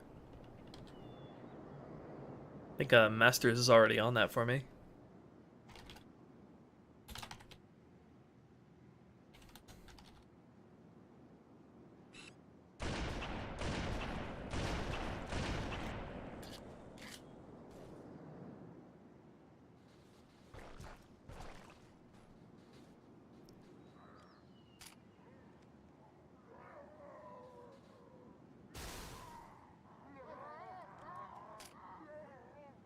How will they fare against brute captains, though?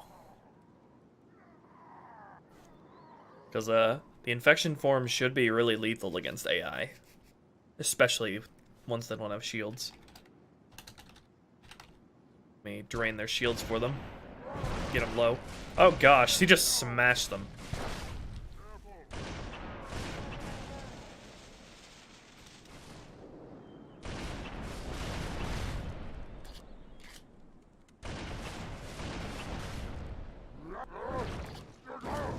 Whoa, where are you going?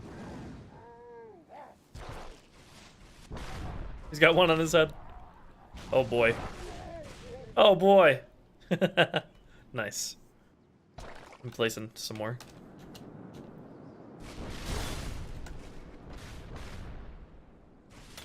No, what happened to our friendship?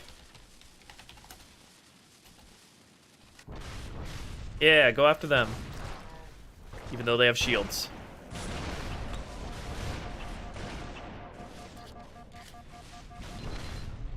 Probably did some health damage to them by doing that.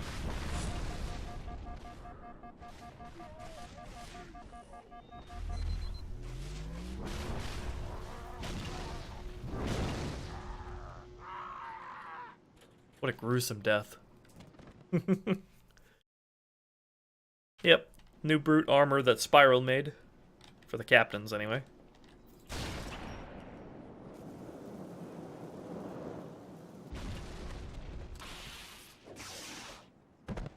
Got the reach, a modified reach helmet there. You wish brutes kept their flags beyond Halo 2? Because they do have them here. They do still have their flags.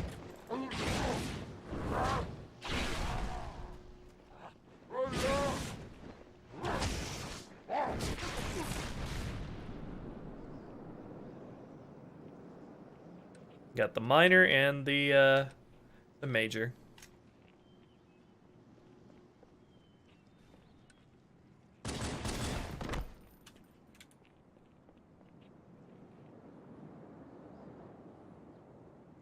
Alright. How much... Now I need to test how much damage they do to the player.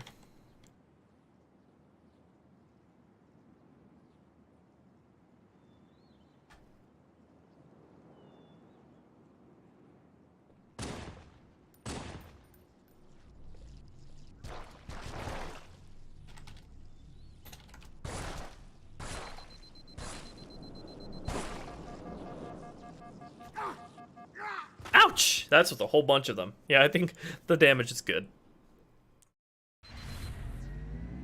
I might bring back their flags for Halo 3 and ODST and Reach.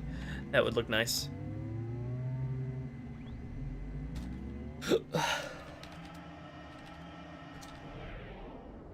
Alright, what's next?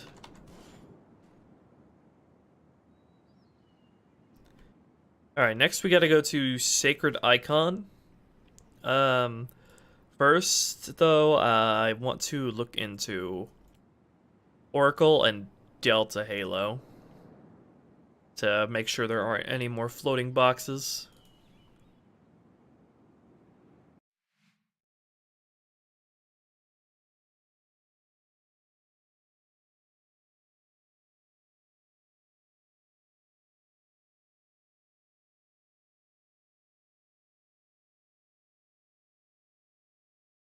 The flag signifies a brute leader.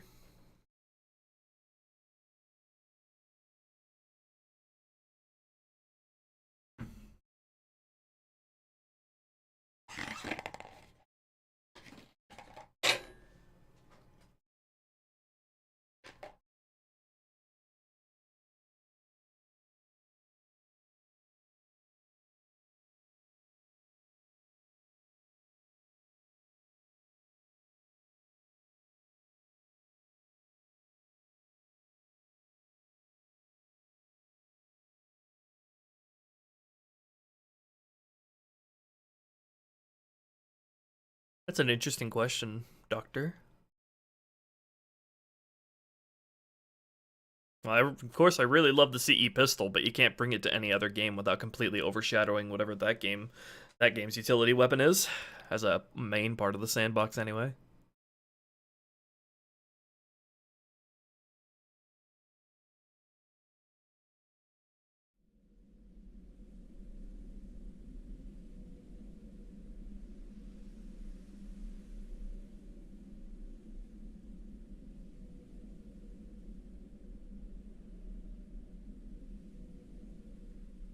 Will Sacred Icon and Quarantine Zone have Spec Ops grunts? I don't think so. Because they wouldn't be able to come with you on vehicles, so they would be pretty superfluous to put in. I feel like the Spec Ops faction in general would be smart enough to know not to send in their grunts into a flood-infested area, considering they don't have shields to protect them from infection forms, so there'd just be free food for the flood.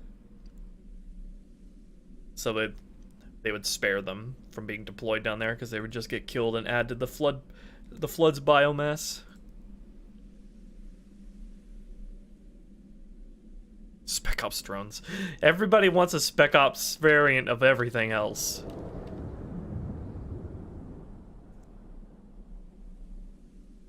Alright, so let's look at the crates I placed in.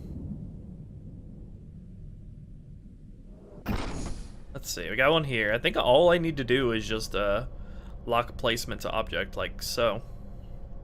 And they'll spawn in exactly as they're placed here.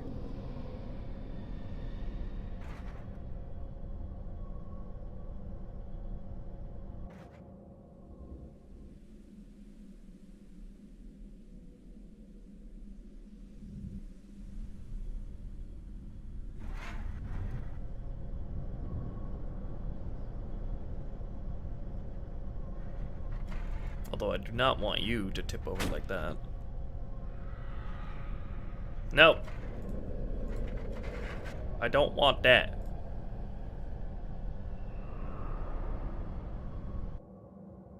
And then, where is this?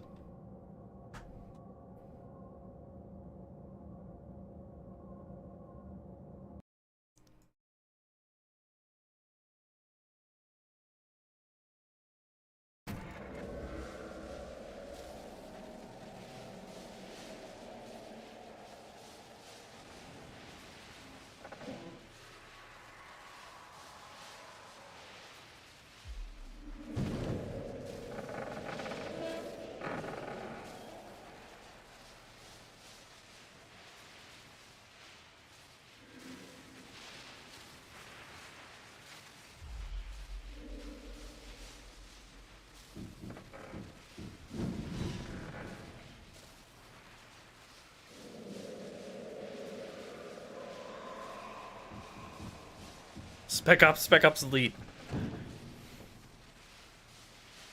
Finally, someone with a good idea. I should also make sure that my difficulty spawning is working here as well. Yeah, I create a health pack for heroic or lower in the Heretic Leader boss fight. Let me make sure that's working as well. I think they all need to have manual BSP placements, which looks like this one does. And I think that's the only one I did on this level. Oh, nope, there's one more right here on the elevator.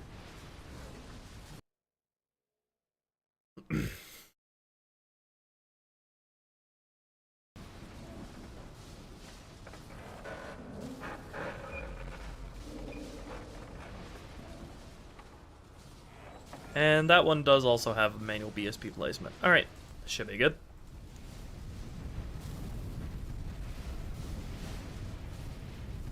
The Spec Ops was inside of you all along.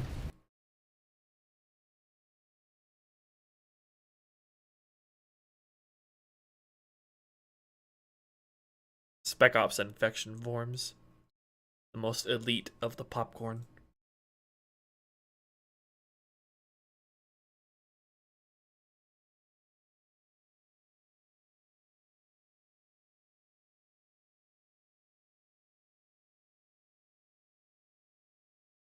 Oh, there's an idea.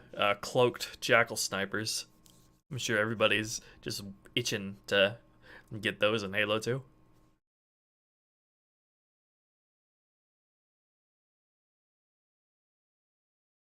What do you don't like about the cut jackal shield carriers? Because having a jackal shield on their face looks stupid. That's it. Rawr, I am a jackal shield for Halloween. Aren't I so scary?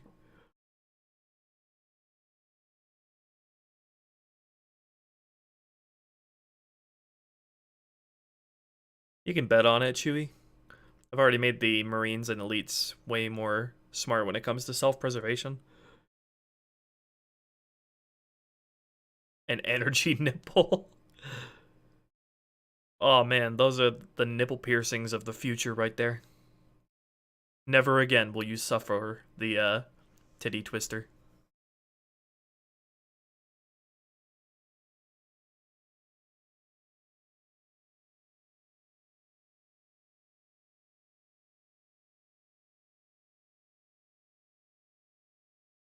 Okay. So I do have overshield that only spawns on normal or lower here. Let me make sure that's manually placed.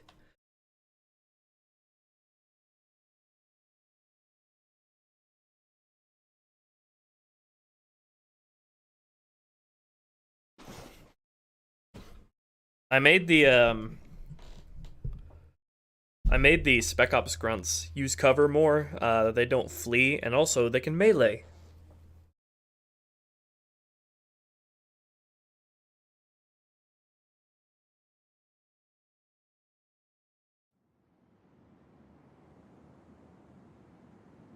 Alright, let's take a look at that normal difficulty overshield. Where is it?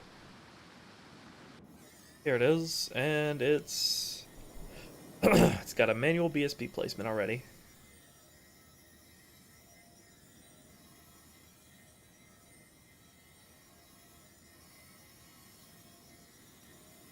Alright, now let me take a look at all the... Well, if I put any crates on this level. I do not remember if I did. Yep, there's one here. That is not mine. Okay, create at rest, lock placement to object.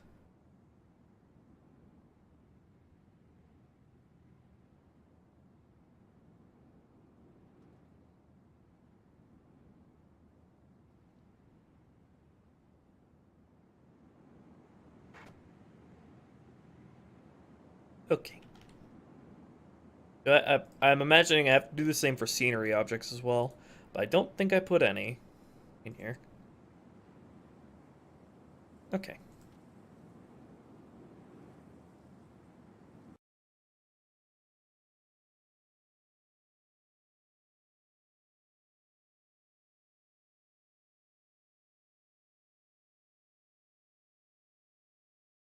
Now on to regret to do the same thing.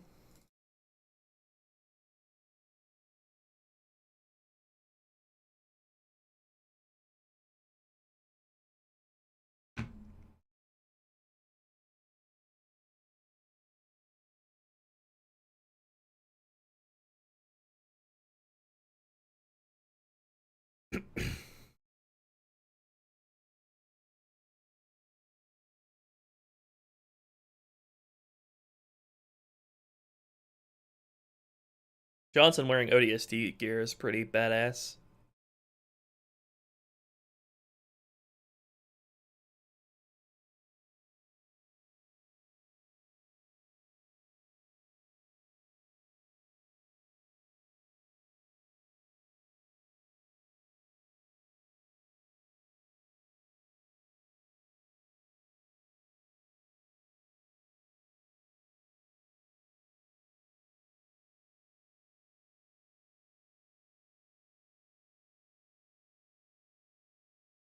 Yeah, I like what Stacker did with Miranda there.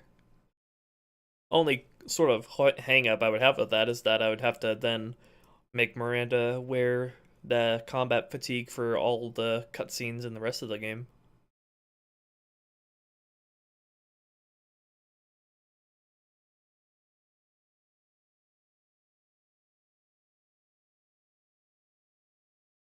No, Johnson doesn't wear ODST stuff in Rebalanced. Okay. Did I have any difficulty dependent stuff in this mission? I think I did. Yeah, just 2 during the boss fight.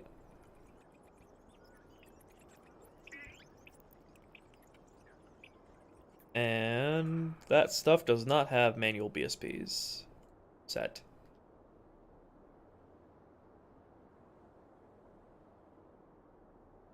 Don't remember which BSP is the boss fight, though.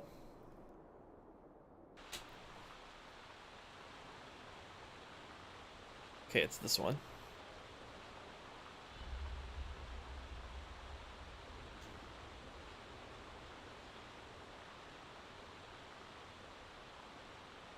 There we go. And now the crates. Lock placement to object.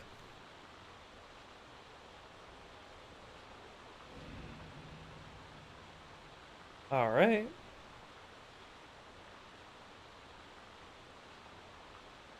Any other crates I've placed down? That's not technically Johnson. Johnson's voice can stand in for any other Marine characters in Halo CE.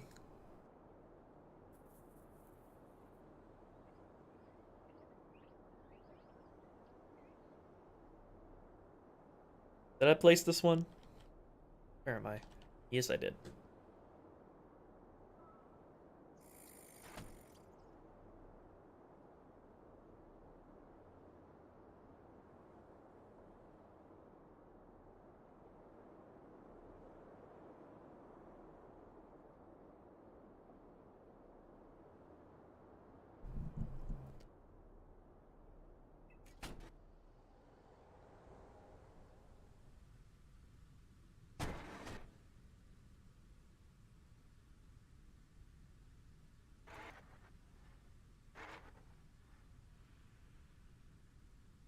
Alright, that should be everything for this level.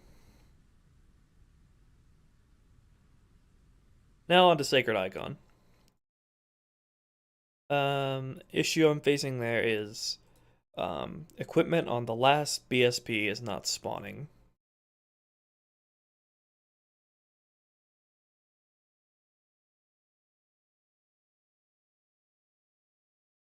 And that might be because I did not set their manual BSP placement. Least favorite boss is probably Tartarus, because it is just a total snooze fest that you have to do all over again if you die. It's like legitimately a 10-minute boss. That is... You really can't do much to speed up. That is really easy to die in because of all the freaking brute reinforcements that keep coming in. Not the actual boss.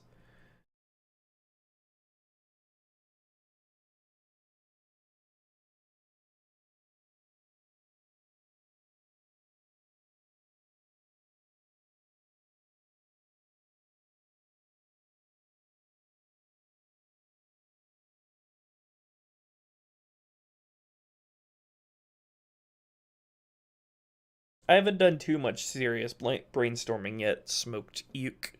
I'll get into the deep of that once I get to that part of the process.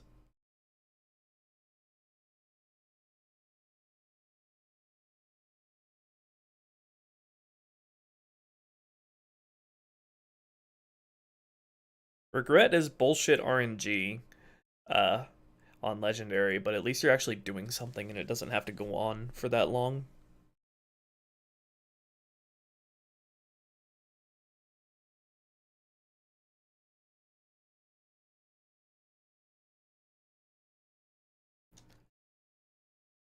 Alright. First, let me take a look at any of the crates I might have added.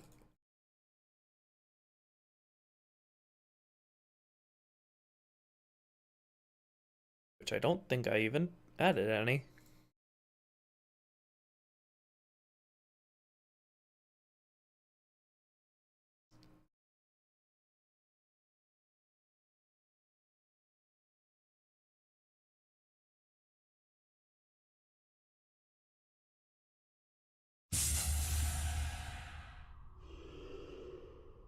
Yeah, I didn't add any crates yet.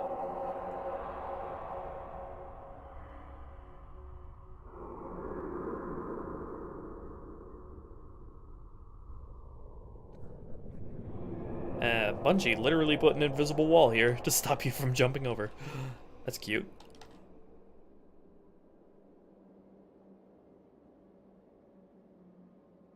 Okay.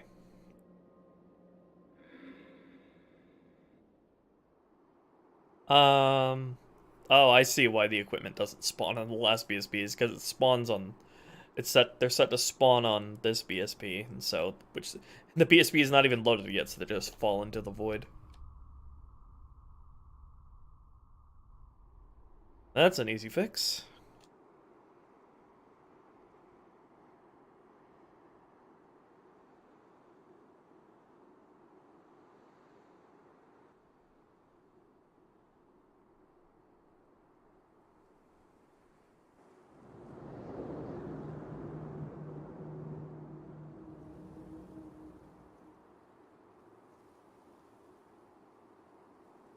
All right, that was easy.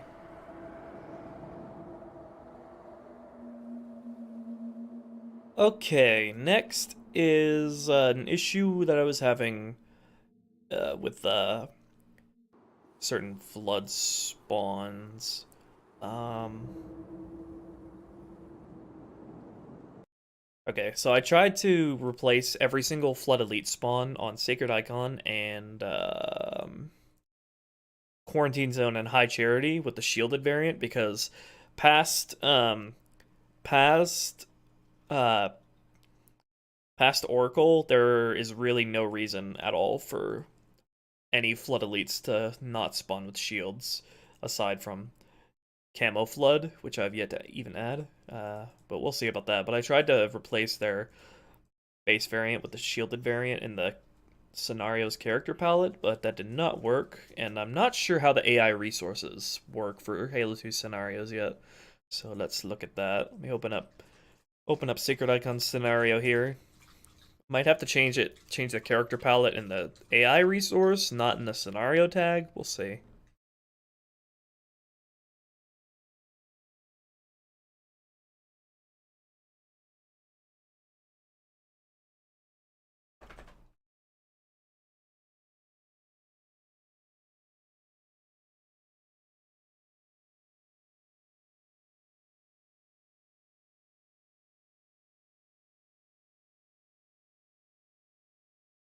Oh yeah, totally. A lot of Halo 2's balancing framework has been completely transformed. It's pretty much in parity with Halo CE Rebalance now.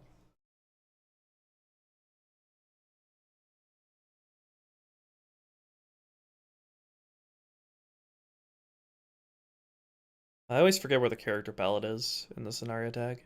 Here it is. Alright. So we got the Flood Combat Elite. I replaced this already with the shielded variant, but it did not save here. So I think it has to do with the AI resource tag, not the scenario tag that actually handles the character palette. Let's see.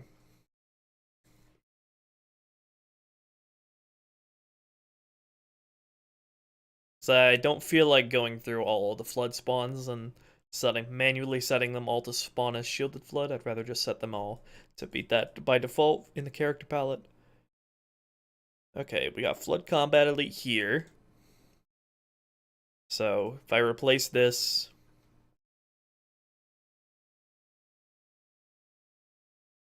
with the shielded variant, will that actually save?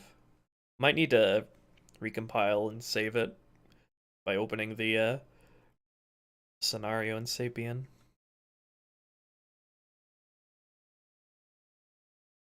Okay, Flood Combat Elite shielded. Yeah, they will, mister. I've just yet to get the assets that I need to make different flood ranks.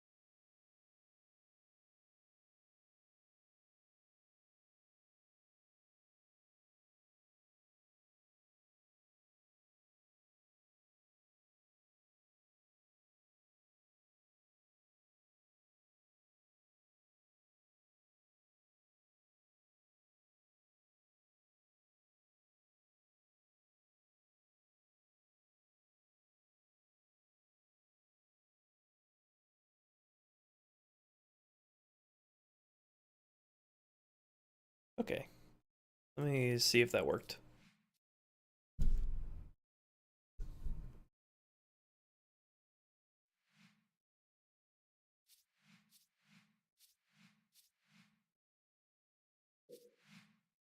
I don't know if Sacred Icon has working rally points.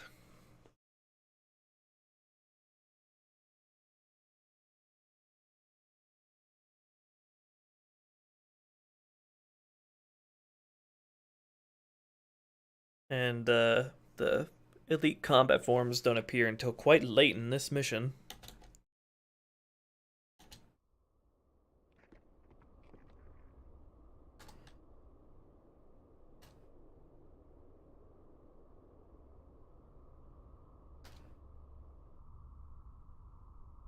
Add friendly wraiths? You have a friendly wraith on Great Journey. And the elites can choose to dynamically get into... Your allies can dynamically choose to get into the wraiths if they so choose on a quarantine zone and uprising.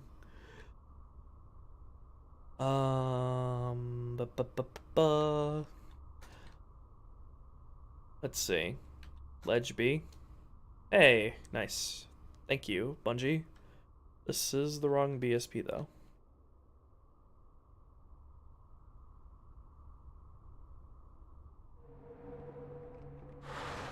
Okay.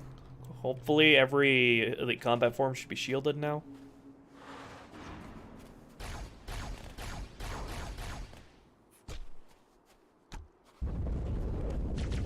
Yeah, you have shields. Good boy.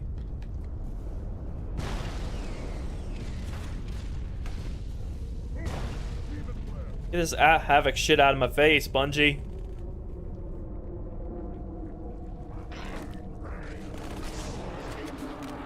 Alright, this seemed to have worked. Good. Saves me some work.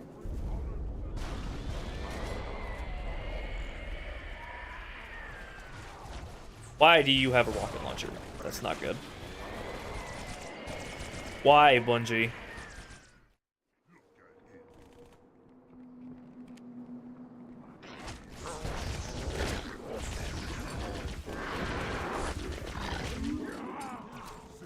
Oops, friendly fire.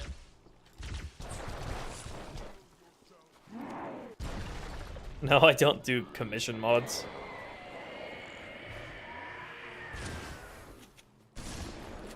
It's so shitty that that rocket launcher spawn is RNG as well. Can't even plan around it.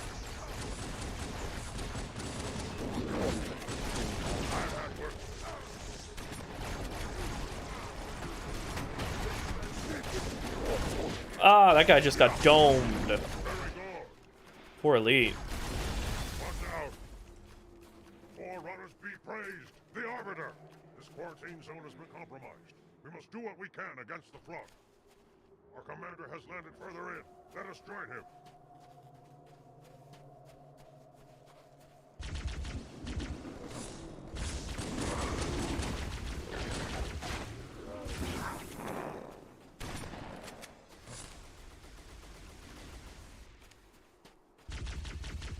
Arbiter, what are you doing here? Let's hold this camp until reinforcements.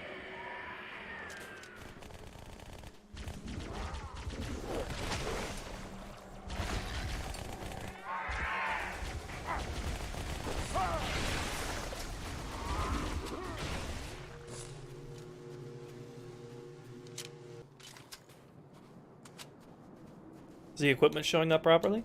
Yes, it is.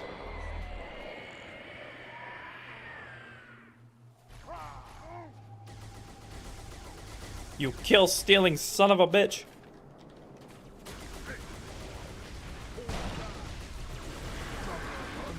Get away from me with that thing. The prophets chose well.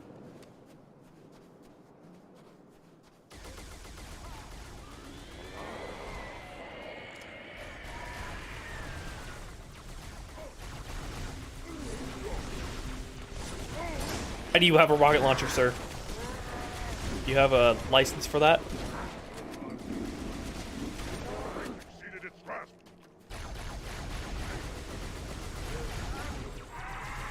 Okay, all the combat forms seem to be working correctly. Here you go, buddy. You've earned it.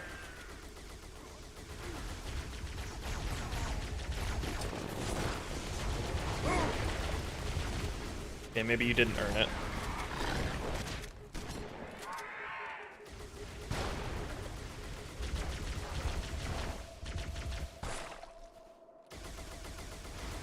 Oh yeah, I actually did make it so the plasma burns that hit snow are actually larger, like in Halo CE, compared to if they hit any other surface.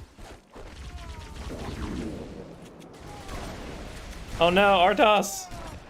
No!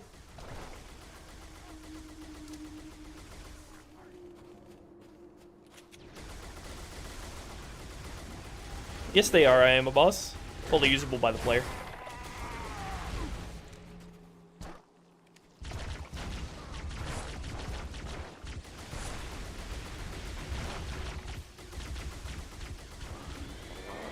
I love aiming in tag test.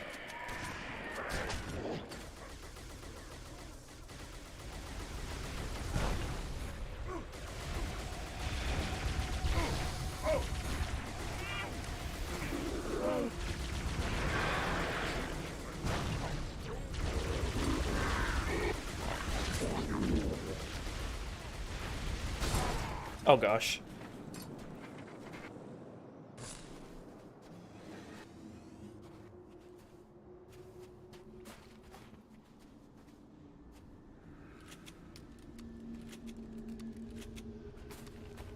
Stay away. No fly zone. No fly zone. Bye, bitch. That is something I'll have to correct in a scripting, making it unkillable. Certain phantoms. The the way I have it set up now, the enforcer that shoots at Tartarus's phantom just straight up fucking blows him up. So I break it. I break the timeline basically. Tartarus fucking dies to an enforcer.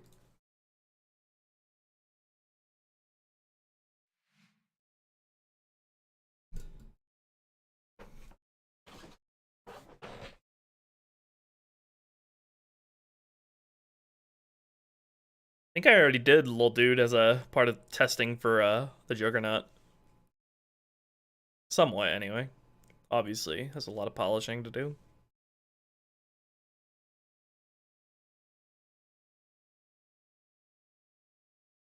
Alright, what's the next thing to take care of?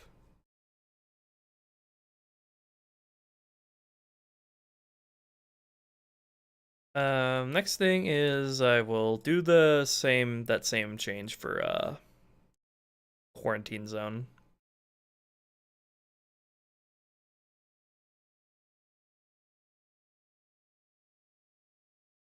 But I don't know if I have to resave the scenario to do that. I guess I'll find out.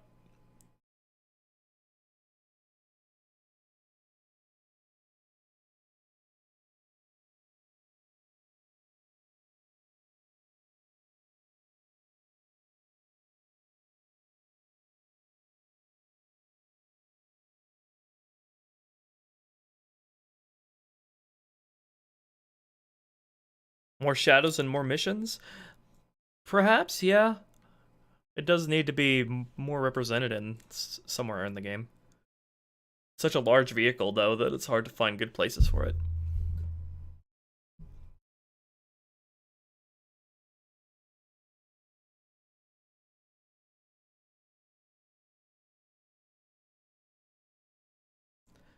Alright, put them on quarantine zone, and also put them on high charity.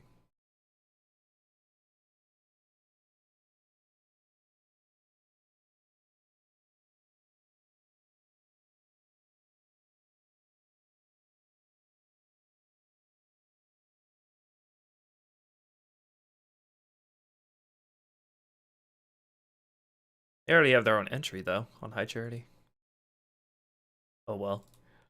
I would prefer, if I'm going to have unshielded elites, I would prefer, past the Oracle, I would prefer to have them manually place them down myself rather than having dynamically appear. Because in my mind, the overwhelming majority of elite combat forms should be shielded. Because we already have human combat forms that don't have shields.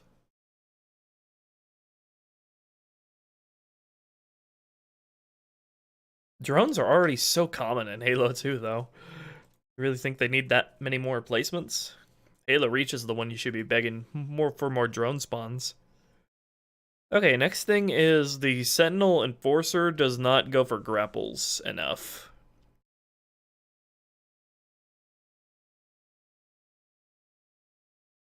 So let's look into that.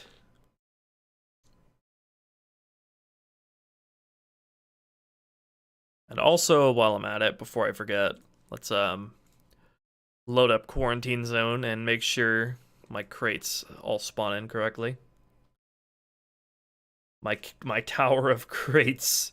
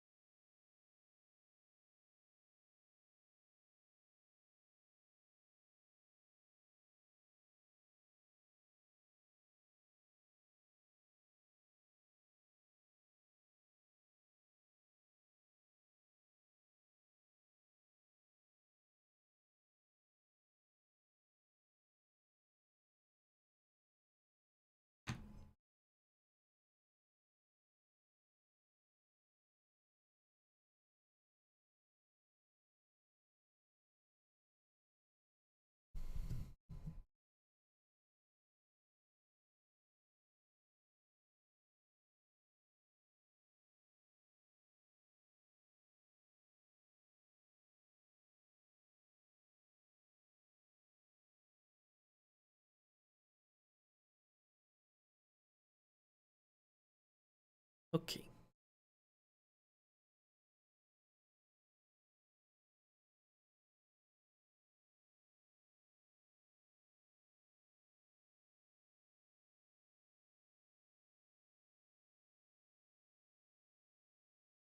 So I have a bunch of crates that I stacked on top of each other over here, CE style.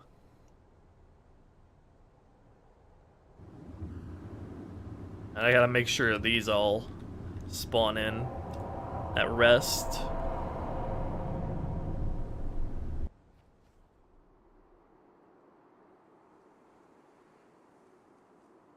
And I'll lock their placement to object as well. Oh gosh. Don't tip it over.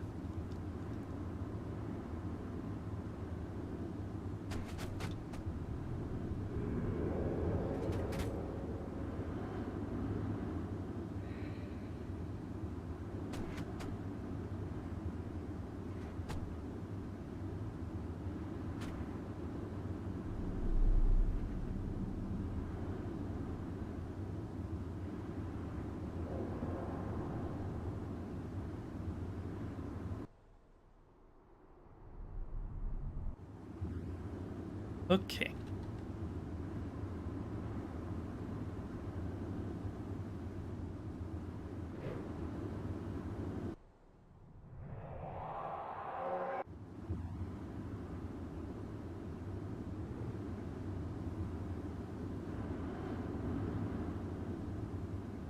A good poltergeist.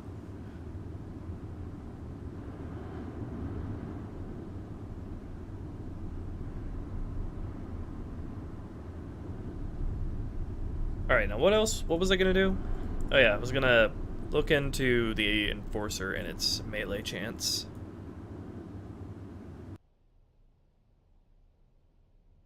Levi already looked at this to increase its chance, but I think I need to take another look at it.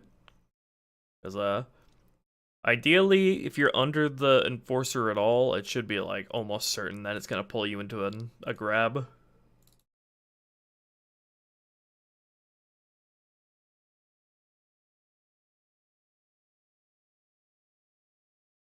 I think that's handled in its charging properties. Right now I have it at a 75% chance it'll melee you at 8 world units. So let's try just changing that to 100% and then load into quarantine zone and see what happens.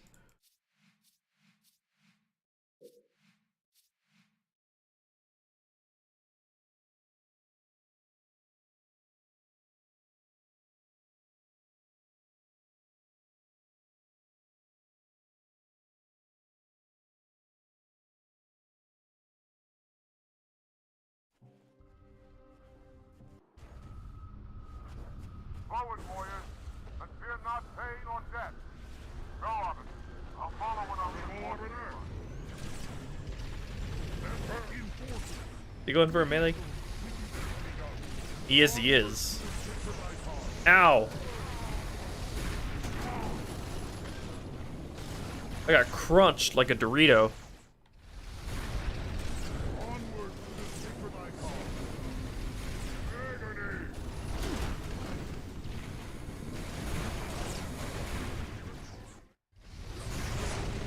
Onward to the secret icon! Check yourself. Another for me. Epic gamer. Indeed. RB is a snack. Well put. Not yet, Texel. I still need the assets for that. I believe Sergeant Stacker is working on that for me.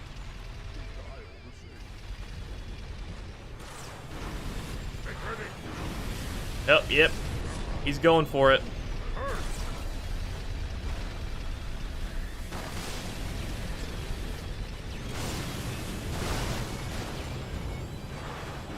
Artos shows up later in the mission, though he's dropped off by a pelican. Danger is nigh! And he appears on the has radio dialogue here. So wouldn't it make sense to have him follow the player at this point?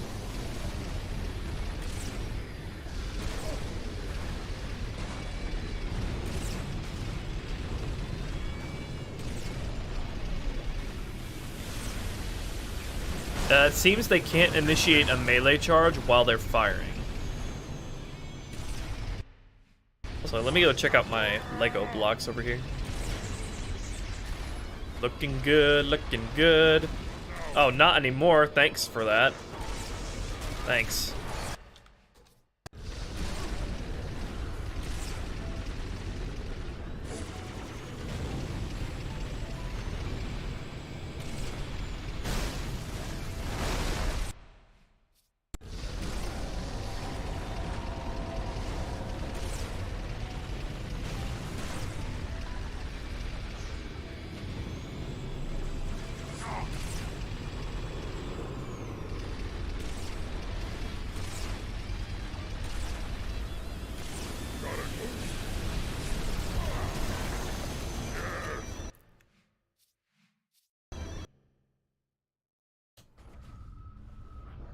Forward, warriors, and fear not pain or death. Go, Arbiter. I'll follow when our reinforcements arrive. Enforcer! They're heading out. Onward to the secret icon! Artos AFK.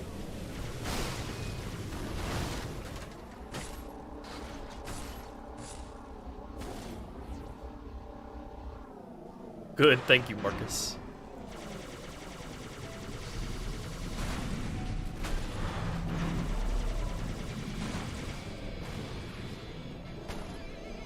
Hashtag fire 342.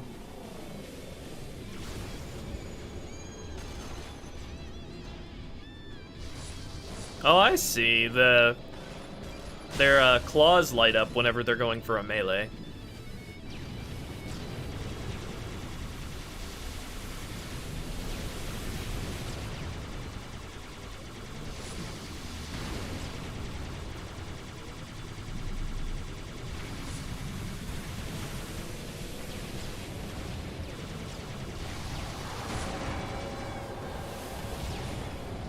Oh yeah, for sure, Alex.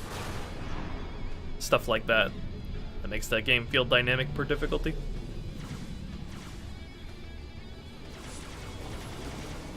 You know what I absolutely love? The fucking waves of flood in ghosts that just respawn forever for no reason. Thanks for that. They always find you. Makes this section like really, really annoying to give your elite ally the rocket launcher that's over there. Should perhaps increase the range at which they try to go for a melee. Because I believe it gets really fun when they try to do that. You're like, oh god, get away! Does he textile?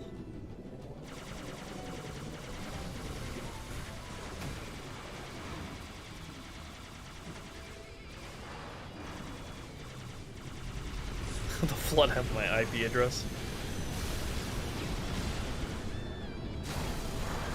The vehicle smashing impulse is really cool, and we don't see it. I don't think we see it enough, so putting it in more here.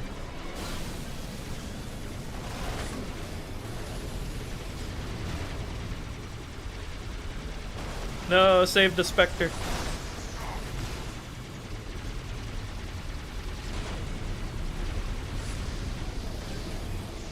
Fire 69 420. It's already pretty blazing though.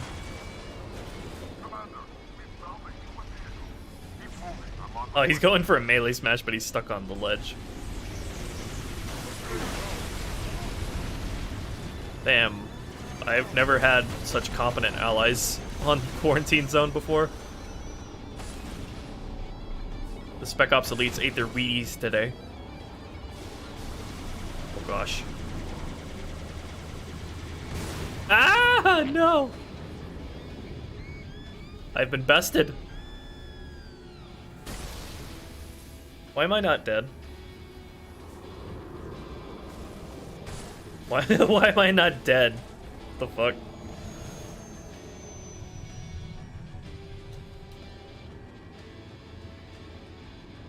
Why am I not dead?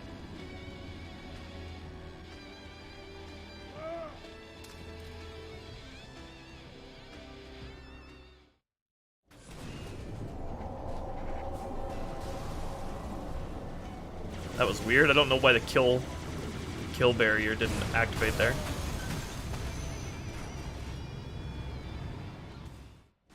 Okay, what's next on the list? Next thing on the list is I put some crates and ammo on the gondola that is not showing up. So let's head over there. I'm not exactly sure what BSP the gondola section uses. There were a couple of items that I put on the gondola that did spawn though, so we can use that.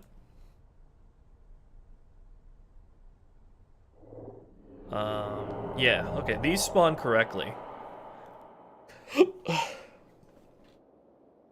Whereas, this stuff does not. Did I place them on the wrong BSP?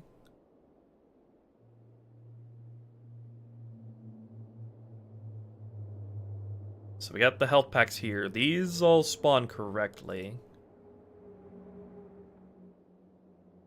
But there's stuff down here that does not spawn correctly.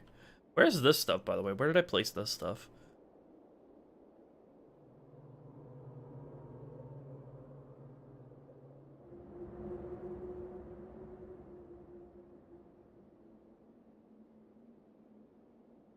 Let's see.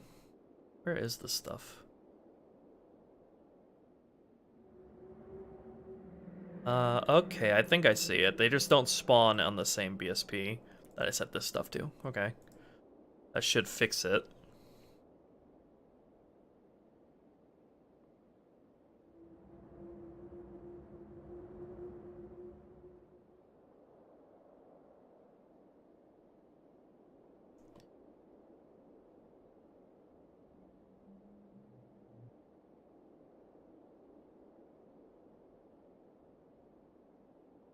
Just need to find where that stuff begins. Here it is, okay.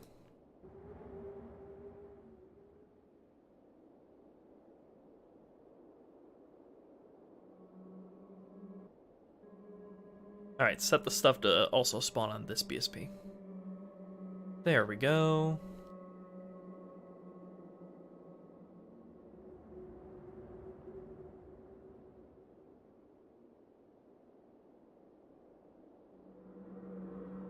That's an interesting idea, Jacob.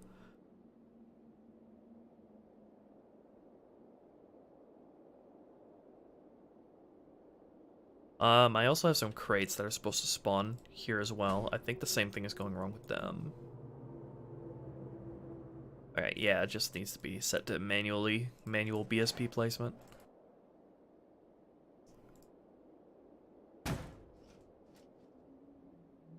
So half this stuff is from the Spec Ops guys coming on, and the other half is from the Marines that had secured this gondola before we secured it as the Arbiter with our allies. Alright, were there any other crates that I placed out in the world? I think there almost certainly was.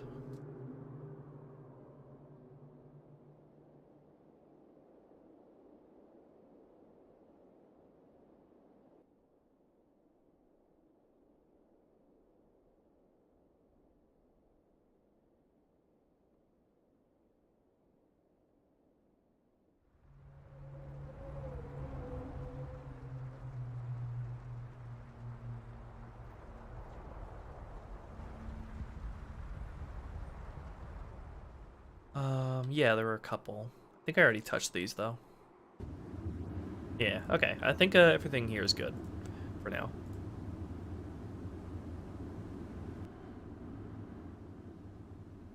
Alright, next up is I need to polish up the floods. The sword floods melee, so it connects more consistently. I already made it way more consistent than vanilla, but it's still not where I want it. So let's set that test up in coagulation.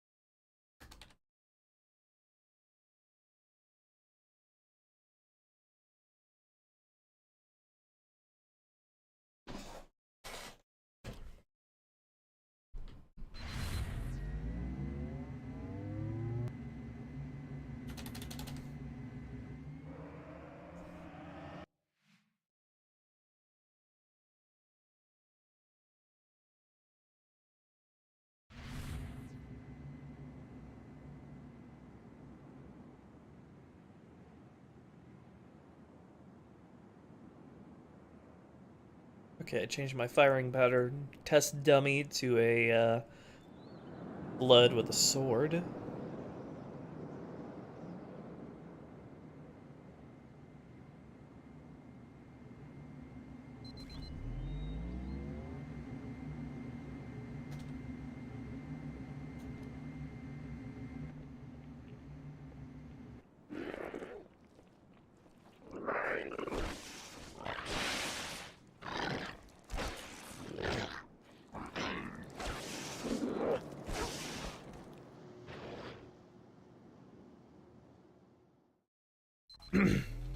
No, I'm not going to change the Arbiter's camo time limit at all, because the Arbiter's levels already have a big problem with you trying to run past encounters instead of actually fighting them, and that would make it even worse, even harder to address.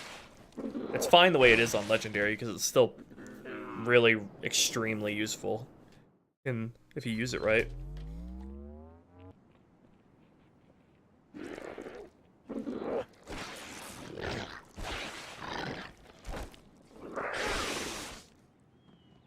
Alright, so let's take a look at the radius and the damage cone for that.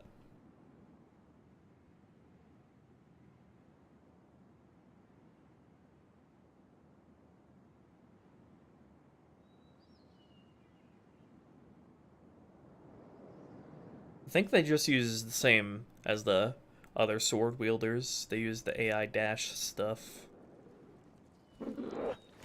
which is kind of problematic, because I think I already fine-tuned this in accordance to the elites using the sword. How do I adjust this separately for the Flood using it?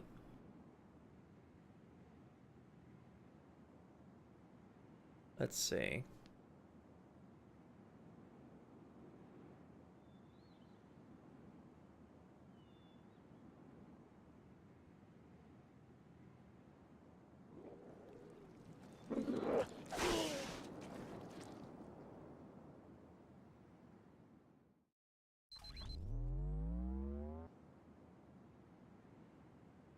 Alright, so they just have a set to certain melee damage in their weapons property, so I can just give the Flood their own weapons property to use by the sword, and then I can create a separate tag for them to use.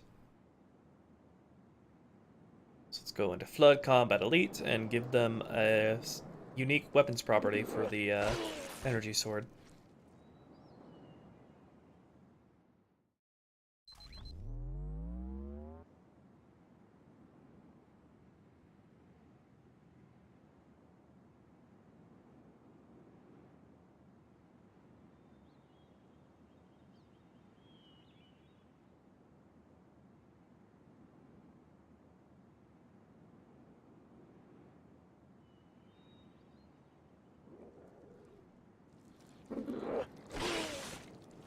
I'm getting murked in the background.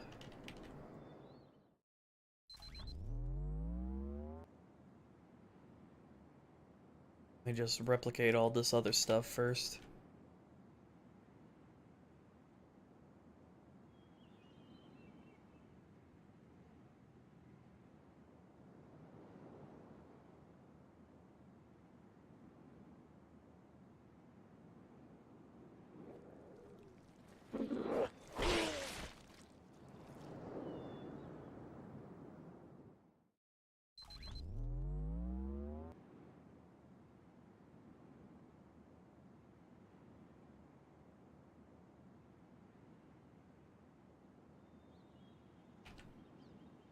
Okay, now I can give them their own damage type that they do with the energy sword.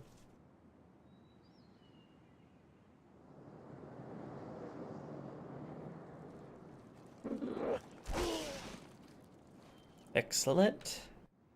Alright, nice. This should work.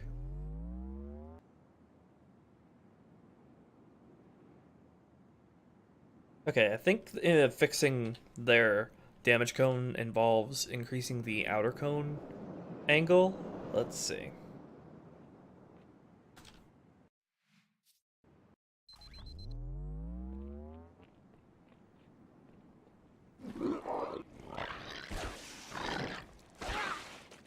Yeah, that's definitely a little bit longer range.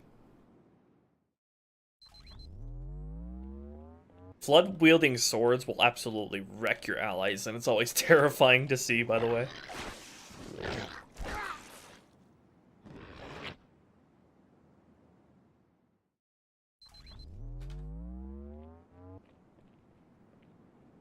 Or sword-wielding flood. Did I say flood-wielding sword? That'd be even more scary. The energy swords become sentient and they're wielding combat forms. Still should be able to jump over them, though. Which is not possible.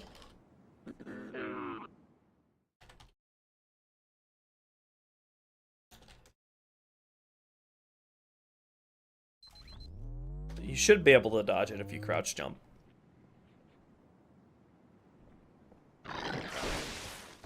Ow! He didn't waste any time on that one.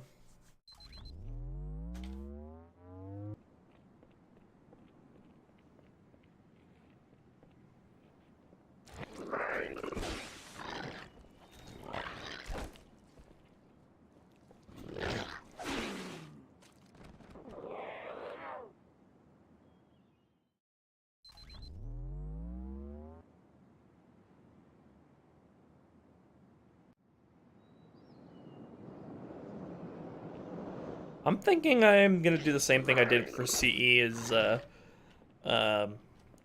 probably gonna have most most combat forms use exclusively use weapons of their faction. Yeah.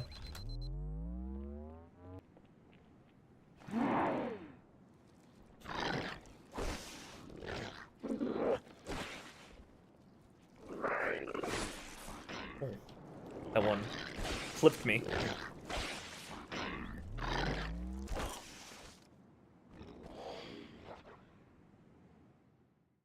This seems good.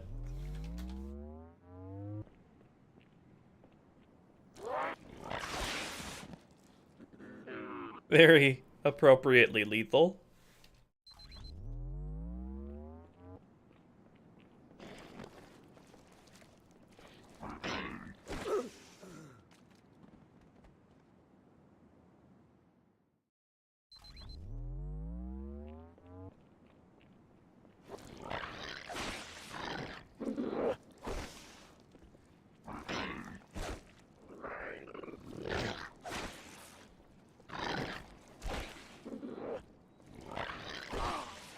Right, that seems very dodgeable. Okay.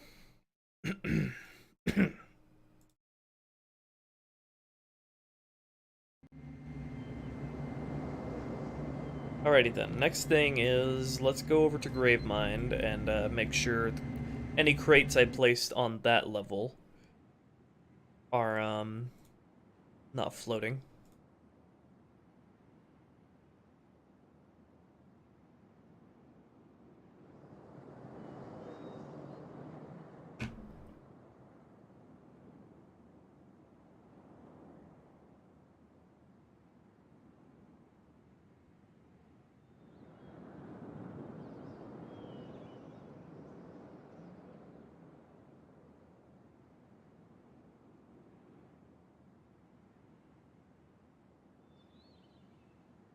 Dead elite prisoners in the jail would be interesting.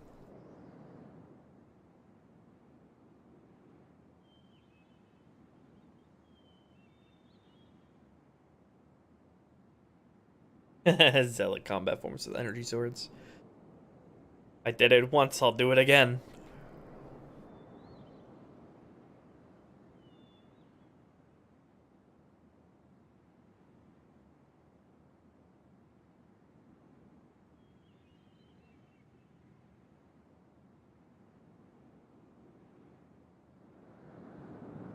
Oh, that's an interesting idea. Having a dual wieldable weapon that Arbiter can pick up that acts as a flashlight. That's creative.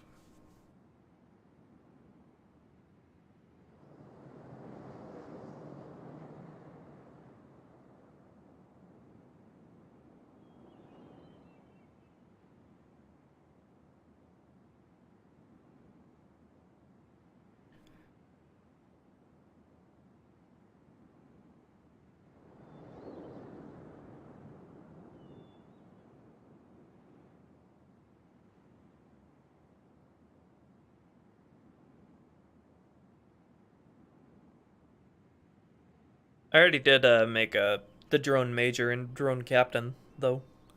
The drone major is white and uses the needler. The drone captain is red and uses the brute plasma rifle and has shields.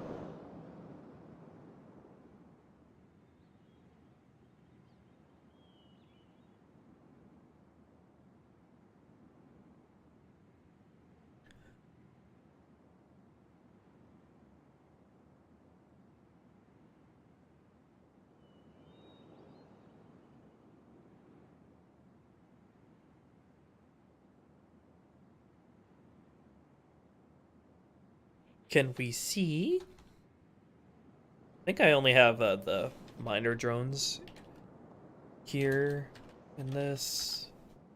No, that's the brute. Hold on. Yeah, I only have drone minors showing up here. Hold on. AI, erase all. AI, place, drone 2. Should have, it has the majors here. I don't have a captain spawned in here, though. Don't kill me!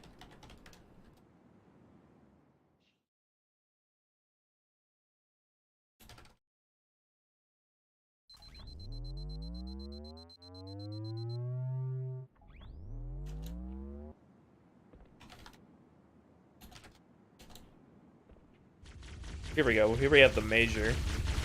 It's a little hard to see because everybody's shooting at me.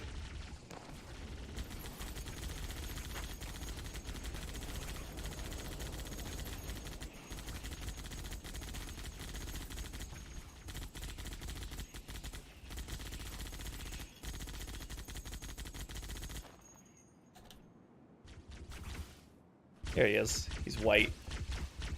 Usually they'll hold needlers. I have this guy set to spawn with a plasma pistol though. Thought I put a captain in this spawn, but it doesn't look like it.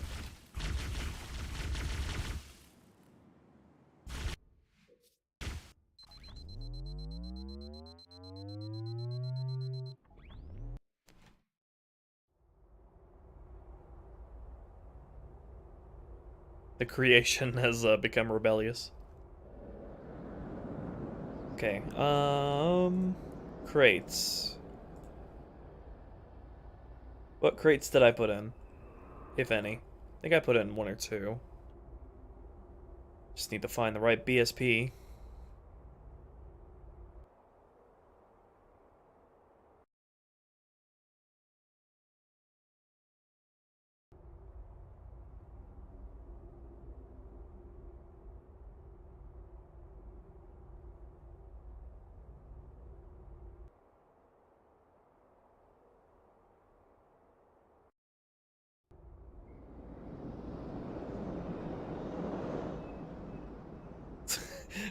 Imagine the Arbiter just bringing the monitor along under his arm. I'm just imagining Arbiter going like, "You're my friend now. We're having soft tacos later." To Penitent Tangent. Is this the only one I put in?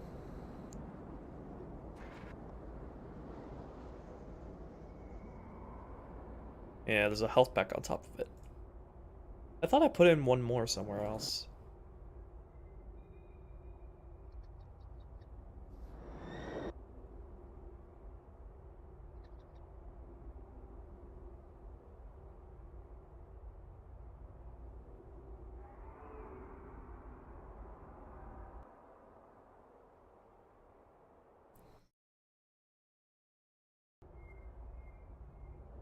I thought I put in 1 more somewhere else.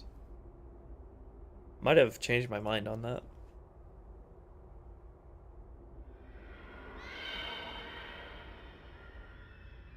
Okay, anyway.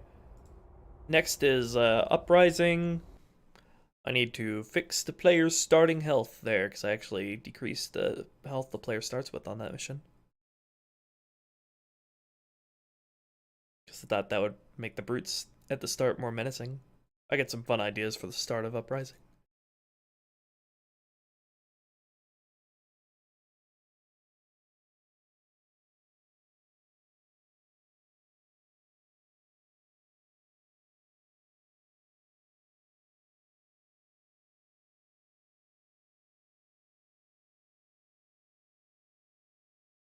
I haven't put thought into having ODST specialists just yet.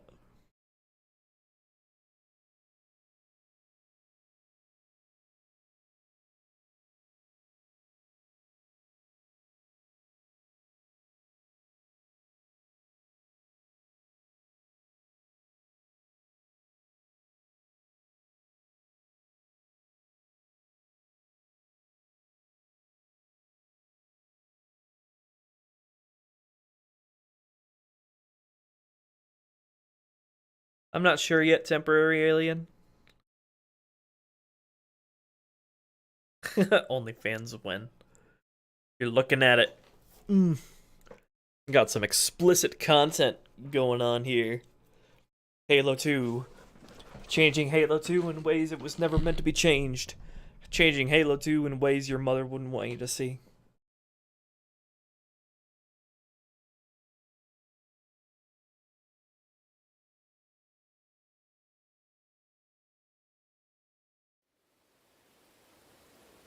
Okay. Do not remember if I placed any crates here, because I don't remember anything. Yeah, I did. Some stuff.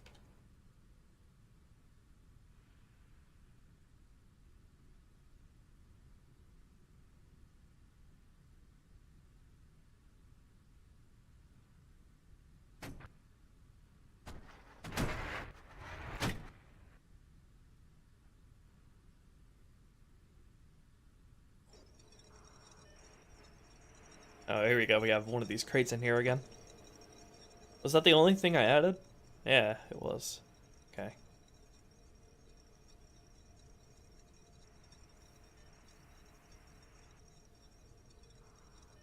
A look under the hood, winky face.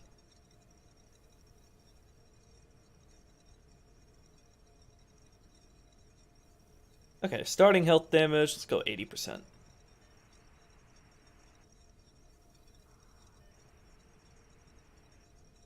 I think that was the only thing to take care of on Uprising.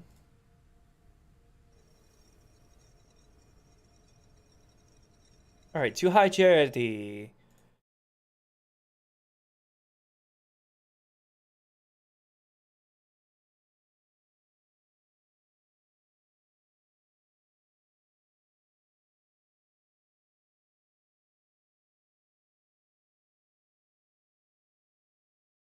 Brutes giving grunts piggyback rides, basically.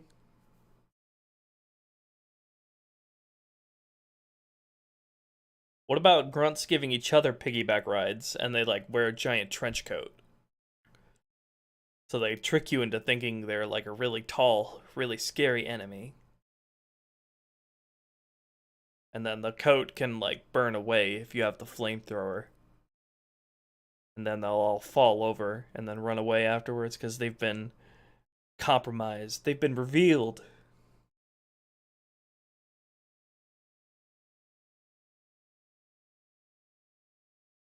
Yep, yep, yep, yep.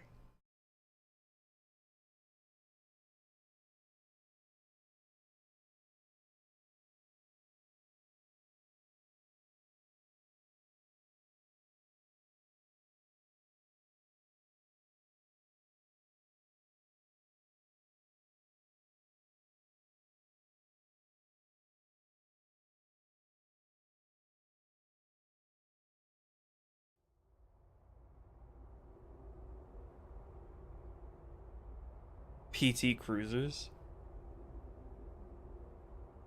Okay, any crates added here? Yes, I did. And this one is flopping about like a fish.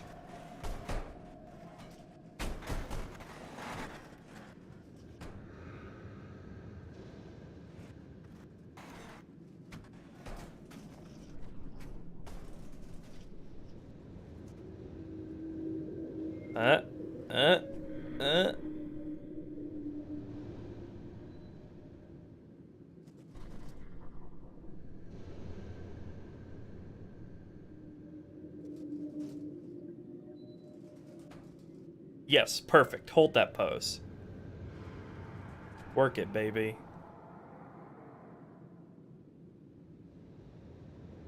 That cut BSP is pretty interesting. I've taken a look at it. It would make the level longer. Basically leads you to the same place, too.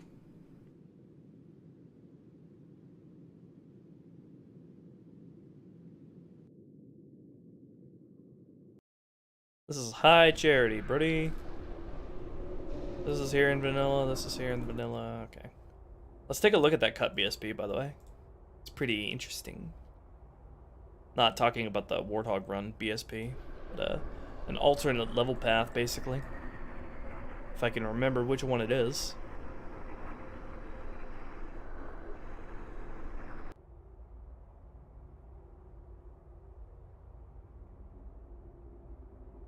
Where am I? God, where am I? Here we go. It has different stuff spawned in on it as well. Let's see. Okay, here we are. So there's like this extra hallway that you don't really yeah, there's this extra hallway that you go through. And then you come up here. And then the elevator is up here. It's not lit like the final BSP either. It doesn't have the same stuff spawned on it. But there are yeah, there are some different spawns for these guys in here. This guy has an invalid permutation thing. He's like a brute captain honor guard.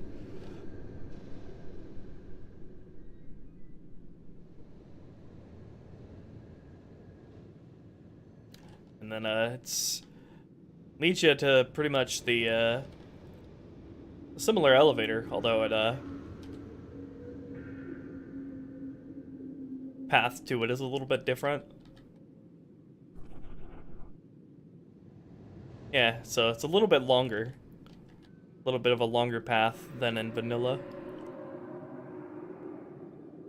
I'm wondering if I would be able to stitch this together without doing any modeling. Not sure. Probably not, because the elevator here doesn't even lead up to the conduit. It leads to another hallway.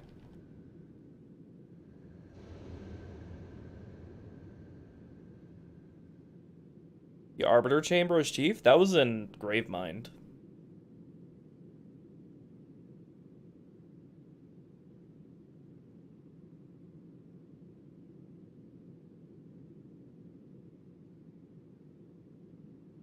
Okay, only thing I would need to work on this mission is I need to polish up I need to move an active camo placement somewhere better, because in my playtest it wasn't too useful. Let's see, where was that?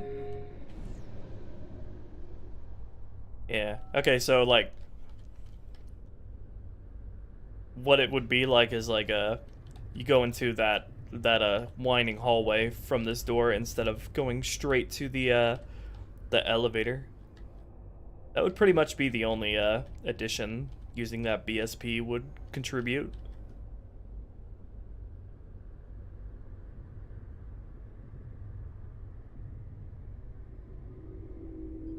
Okay, so here's the active camo out here. At the moment, this doesn't serve any real use because the elevator eats up all of the time after you grab it, so I'm trying to think of a better place to move it. Probably in one of the doorways that the flood come out of, because that flood spawn is RNG, so you wouldn't be guaranteed to be able to access this active camo in every playthrough. It would depend on which flood the game spawns in. Let's see here. Let's put it over behind this door. Let's put 2. So you and your co-op partner can get your hands on them. And then I would have could have an elite, a camo elite that is dead here. Let's see, can I specify that? Stealth dog. Yeah, there we go, now it's a camo elite.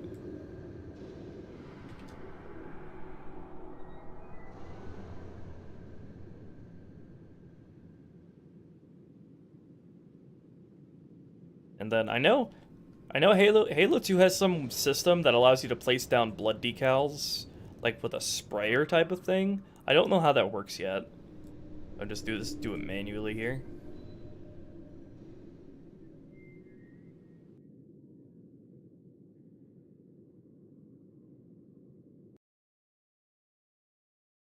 Blood elite.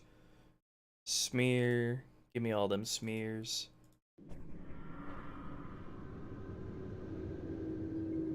Oh, you can right-click it.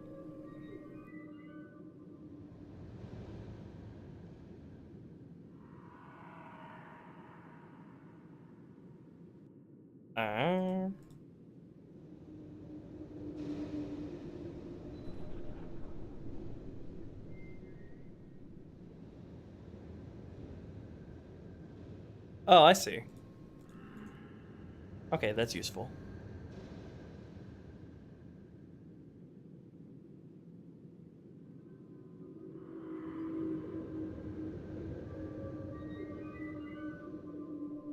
I wonder if decals render the same way as Halo CE if you put them on slope surfaces like this.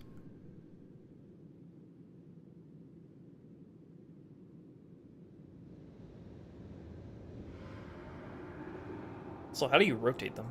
Oh, there it is.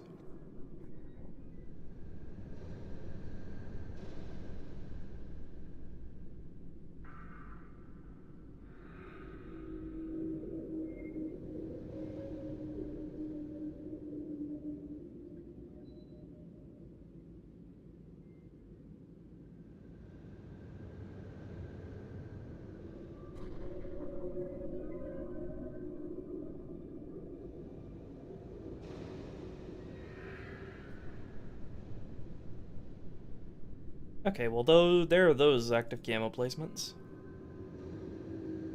Did they spawn in the right BSB? It might spawn too early. Hold on. If I spawn them too early, then they'll, like, fall into the void.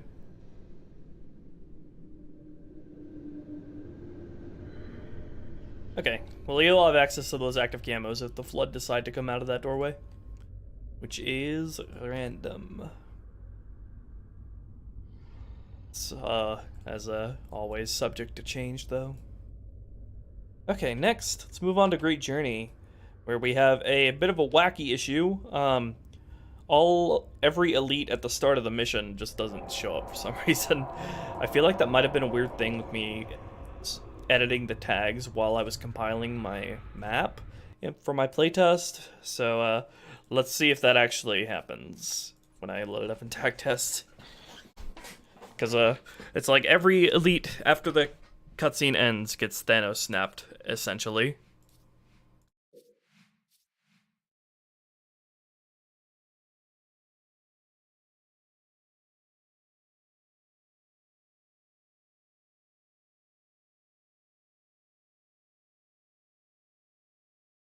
They're on strike?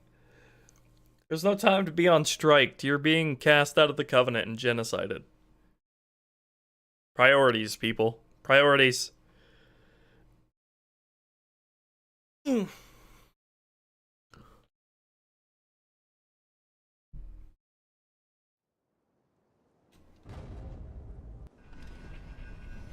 they show up here, so I don't really have anything to work with. I'm thinking it might have just been an issue with me, editing the Elite's animation tag while the map was compiling, so I'm just gonna assume that's fixed, and we're all good to go there.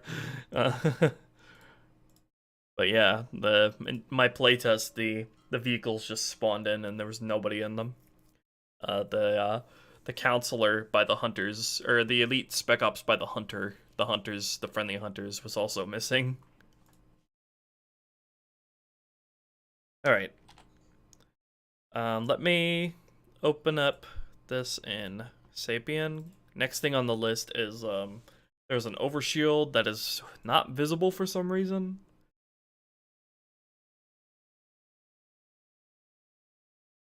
In fact, let me just go to that place on the map here right now. Let's see. Does this have rally point set up?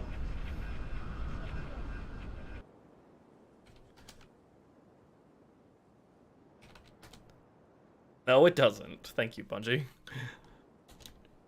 Nah, get me over there.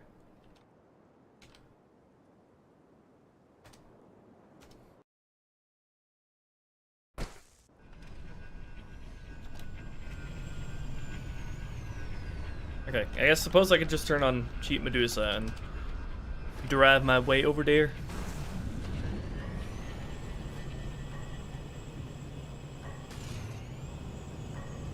A Covenant Spa. It's where the elites go to get their hooves polished.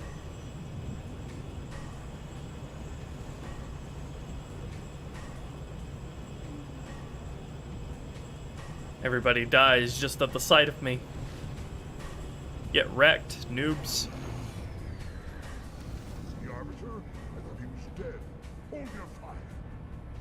The hunters have come to our aid, Arbiter. They will fight by our side. They will fight by our side. But where are my health packs that I put here, by the way? Or did I not put health packs in this area? I think I might have been in the hallway, not here.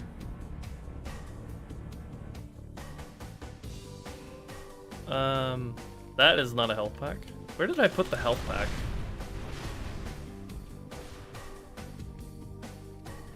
Where did I put my health packs for this area?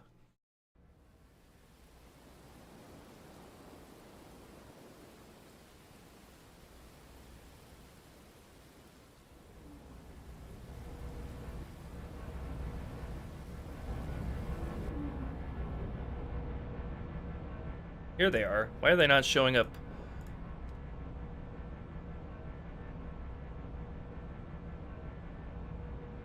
I have them set to spawn on both BSPs. What's going on?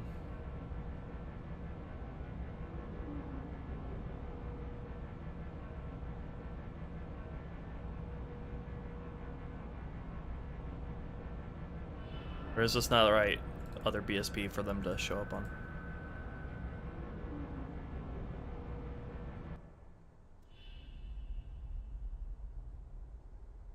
Maybe temporary alien. These are showing up on this BSP. Why are they not spawning?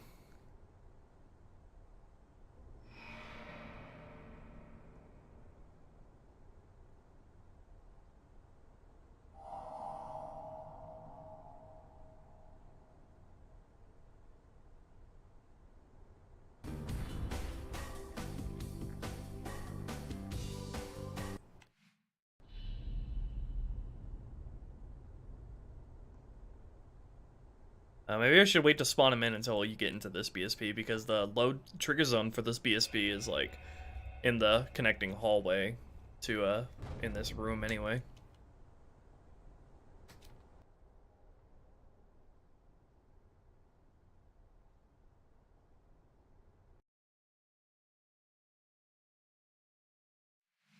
Fucking restart the mission properly, you dumb shit.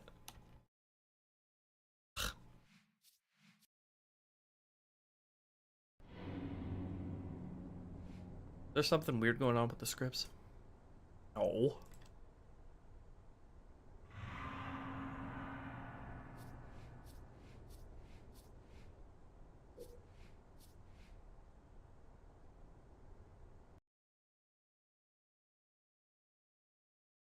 I don't think so, Texel.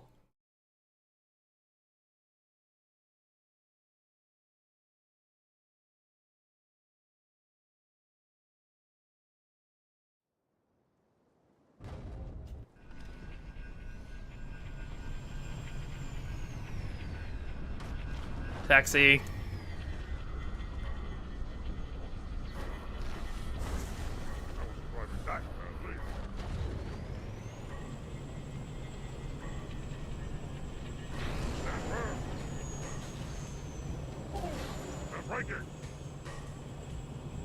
I love that everybody just has a heart attack at the sight of me.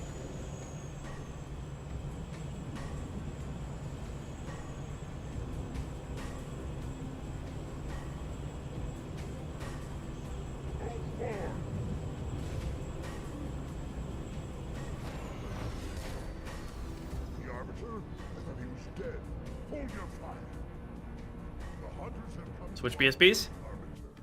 Yeah, there they are. Although you can probably see them spawn in. The way I have it now. Because the BSP doesn't load quite soon enough. I guess I could just put them back further back here, and then when I actually get to putting them on something later on, I'll do the same. Whatever. Okay, but anyway.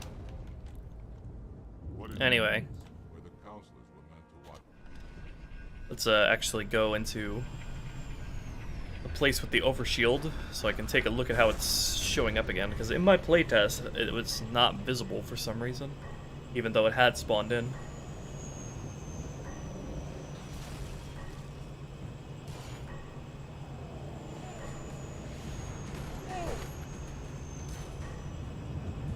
Not yet, Texel.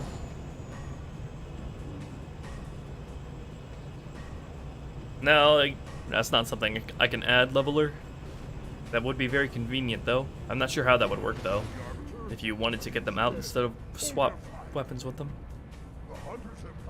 Luna made the Covenant Health Pack model? Did they? What, they posted in my server and I just haven't seen it yet? Hi, okay.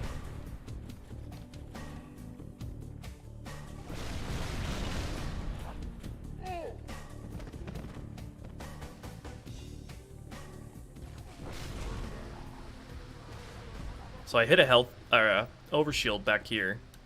Oh, it is visible. It's just hard to see. Okay, let's just Oh shit, lol, dude. Hold on, we gotta take a look at this. Everybody, stop what you're doing.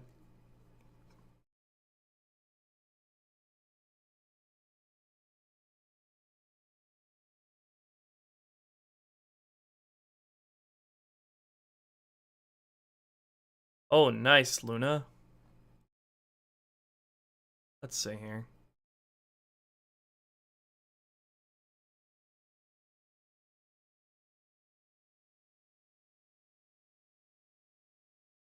Alright, let's take a look at this.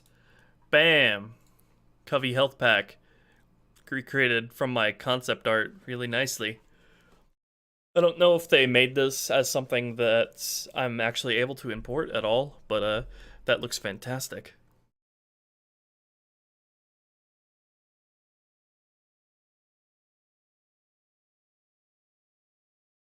I have not even looked into how I import custom models yet.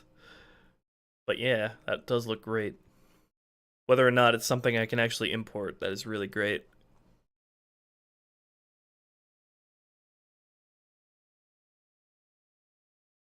It's got the elite alphabet symbol for H there. Yeah, really appreciate. This is really magical seeing my sort of concept art come to life like this.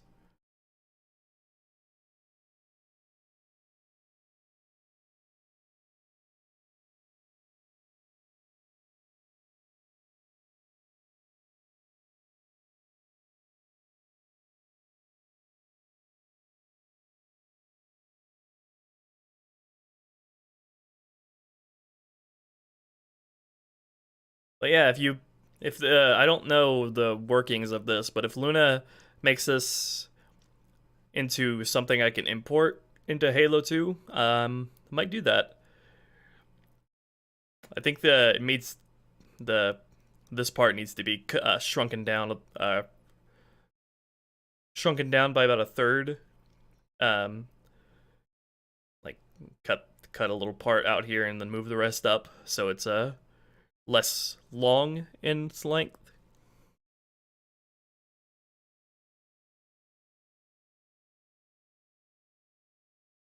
Thank you for that though, Luna. I will look more into that later.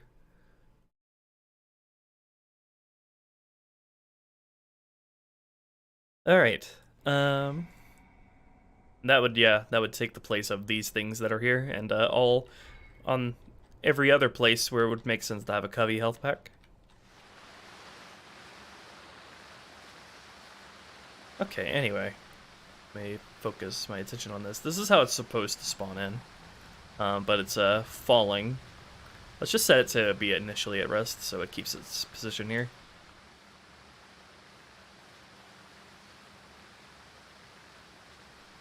While also not clipping into the wall.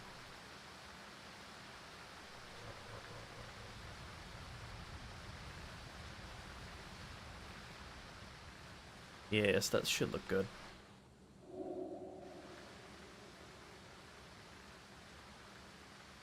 Luna Goat. I'm doing good, okay? We've gone through a lot of stuff today, though I am very hungry now. Okay.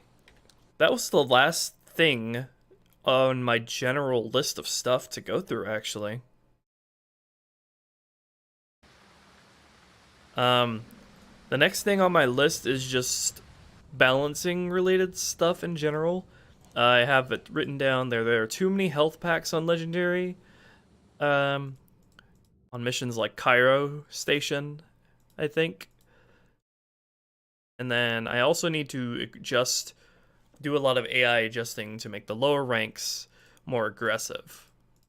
And then after I get this sort of stuff sorted out, that's when I'm gonna really focus on all the custom assets that I'm gonna need.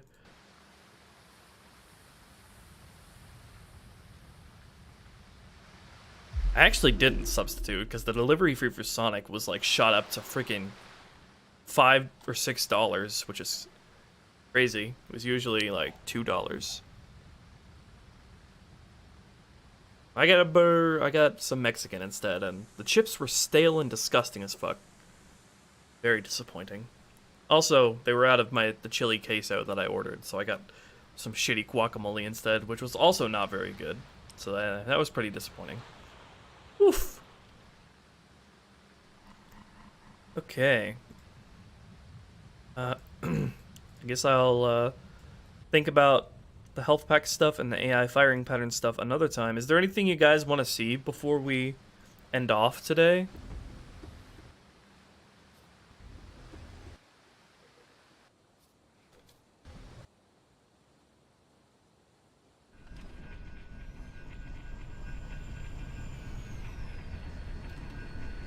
Because we got through all of the stuff on my notes from my playtests. The rest of it is more so stuff I'll come back to later.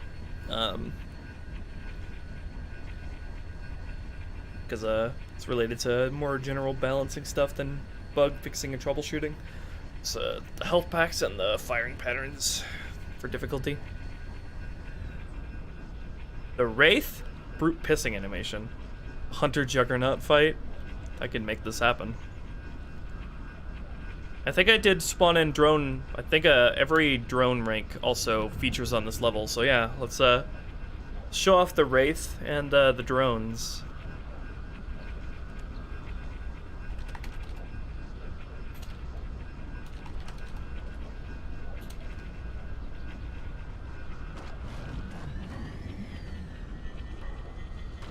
Nope, stop it. I'm driving.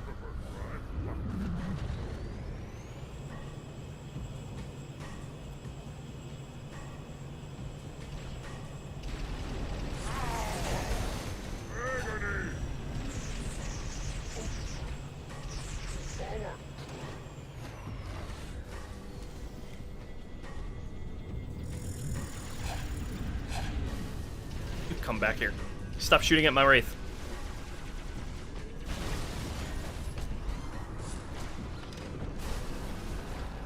The keybinds are going to make this really awkward, but let's go. Keybinds for tag test.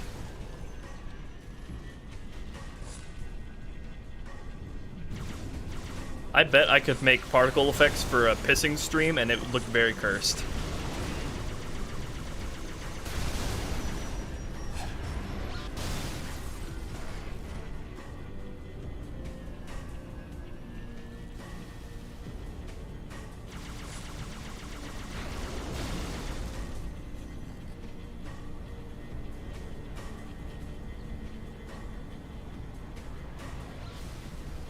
Pretty much, lol, dude.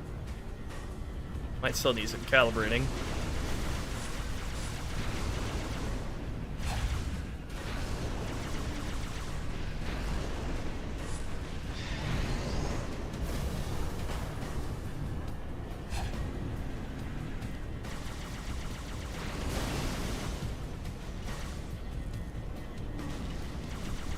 But yeah, pretty much, lol, dude.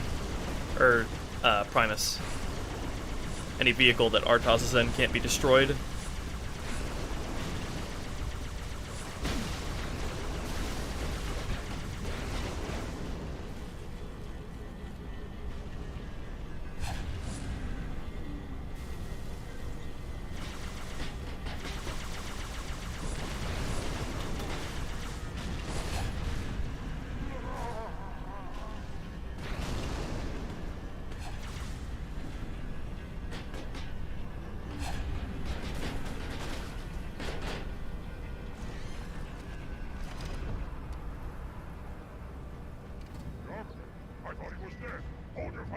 Oh yeah, I also put a Jackal Shield here. Have come to our aid, Arbiter, and will fight by our side.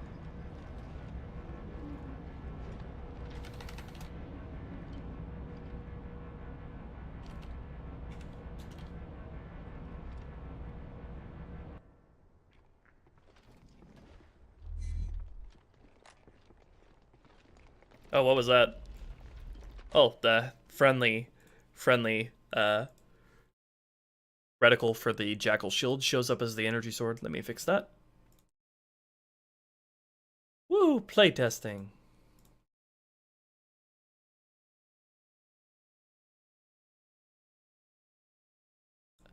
I did make it so it does, yeah, walkings.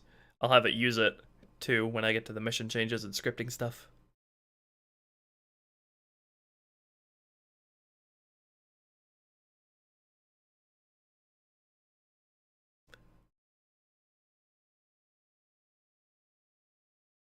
Let's see. Crosshair friendly. Just remove that. Because I think I just removed it for every other crosshair as well. Or no? I think I did something else.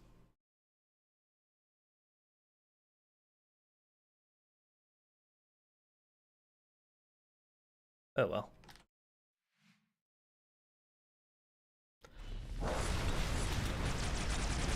I probably need to redesign this encounter so not everybody here has a freaking brute shot so you can't even enter the room.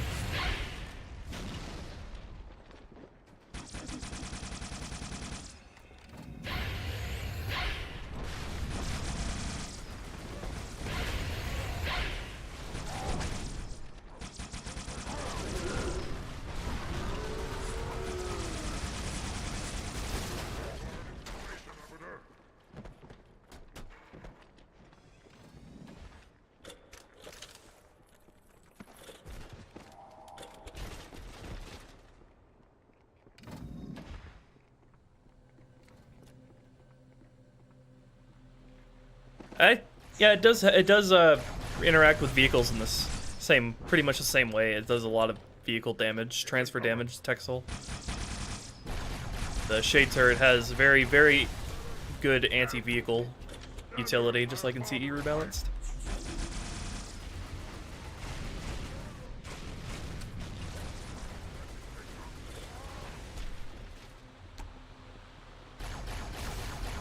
Also, very good anti-hunter utility, like in CE Rebalance as well.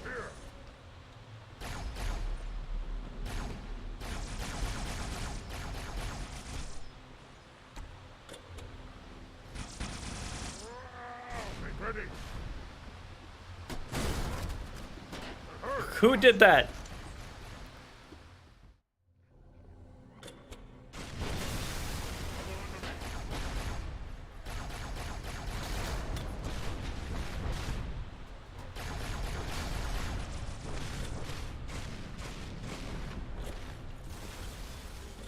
Prepare yourself.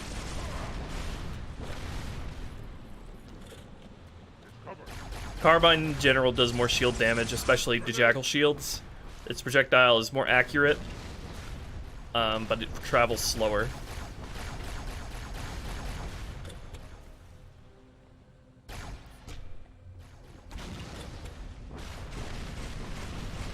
It's so hard to play well on Tag Dust because the input is so garbage.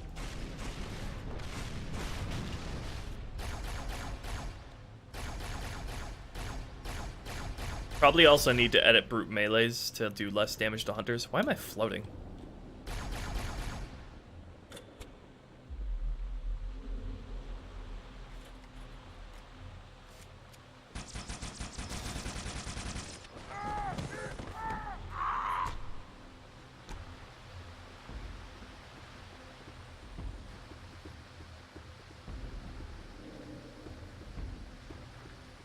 It's because I can't touch stuff like that at all. I can't add functions like that, Leveler. Why is this still falling into the terrain?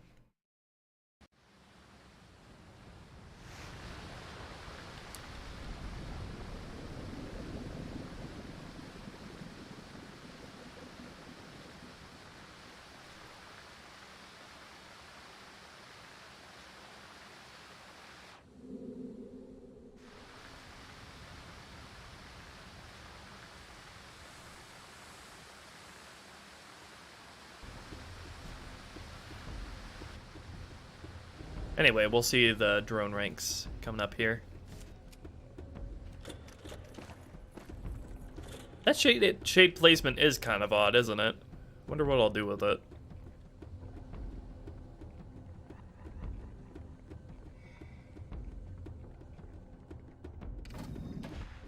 No, I don't want to add any more than 2 elite stealth ranks.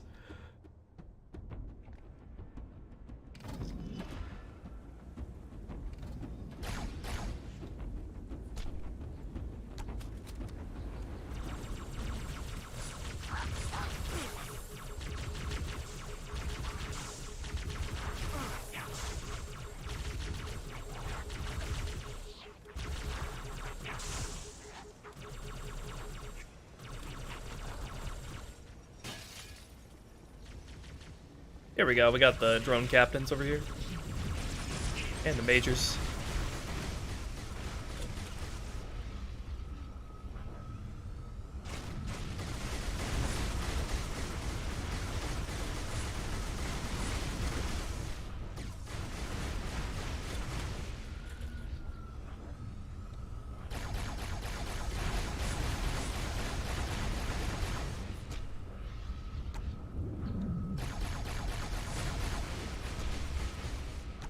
Yeah, the Jackal Shield works. I just might need to increase its, like, collision radius. Have someone do that for me. If it doesn't end up being as useful as it should be. Because you can tell it's working if the screen starts turning red. Because that means your Jackal Shield is taking damage, soaking up a lot of damage you would otherwise take.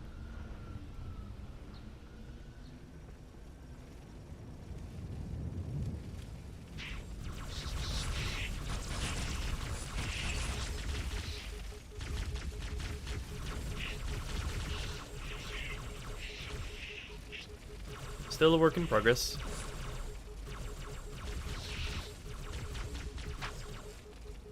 I imagine making it more useful would simply be a matter of, you know, literally just increasing the collision radius, because it's going off of your third-person model here. How much that covers of your literal player model. Yeah, here's the captain and the major here, cuddling together.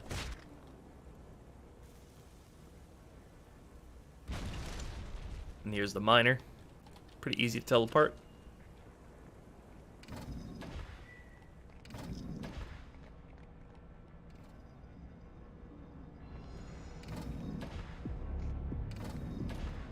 Why do the drones die when you kill them? The question we all ask ourselves. Also, there are nowhere near as many brute captains as I would prefer. I would prefer the brute dynamic to be like the same as in this part of the game, to be the same as the grunt elite dynamic. Is that nice checkpoint, by the way? Most squads will have the standard brutes and then the captain at the head of them all.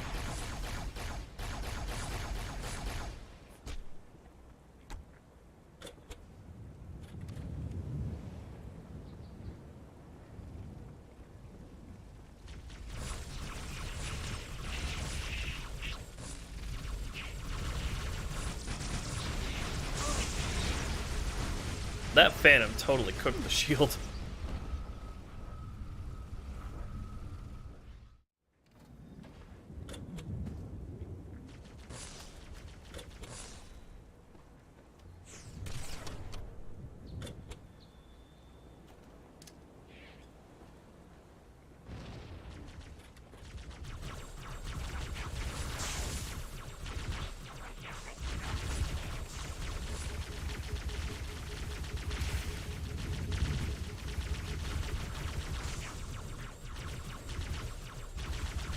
I wonder if Arbiter has a harder time using the Jackal Shield than Chief does.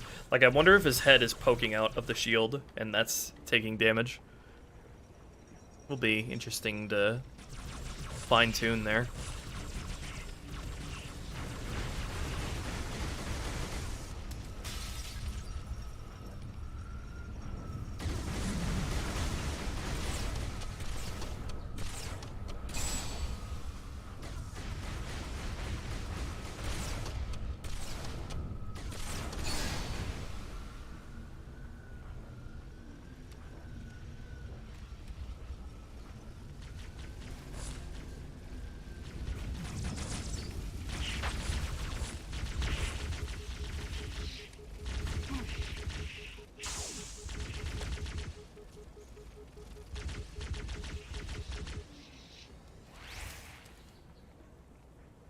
Can I get a checkpoint this time, please, Bungo?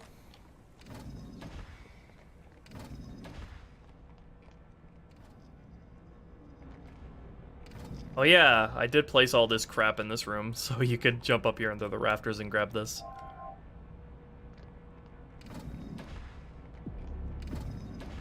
Might add grunts to this level, because they do have cut spawns in this level.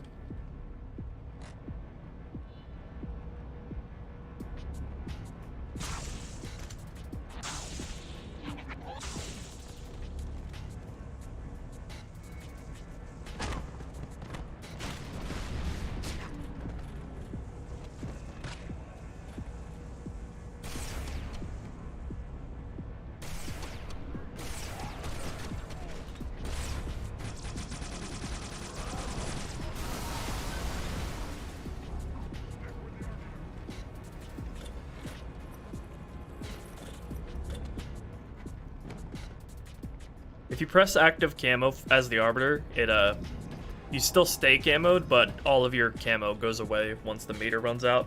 It actually works really perfectly and intuitively. So just don't waste your active camo on purpose. That's all you need to keep in mind.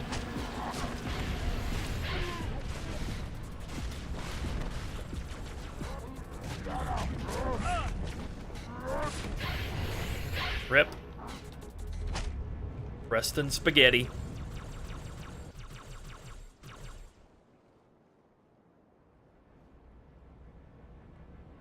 Listen, you don't like me, and I sure as hell don't like you. But if we don't do something, Mr. Mohawk's gonna activate this ring. And we're all gonna die. Tartarus has locked himself inside the control room. Well, I just happen to have a... Huh, that's interesting to know, okay? Grab a Banshee and get Keep that in mind. Gonna know what's coming.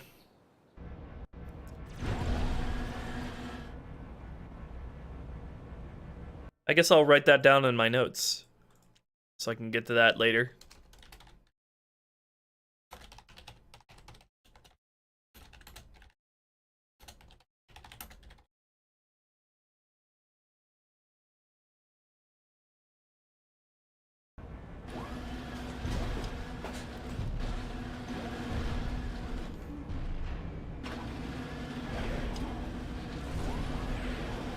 Take my Banshee, Arbiter. Talk to the hand. Yeah, the Arbiter, or the Scarab should be using the correct stuff here. All the correct edits I've made to it so far. Yep.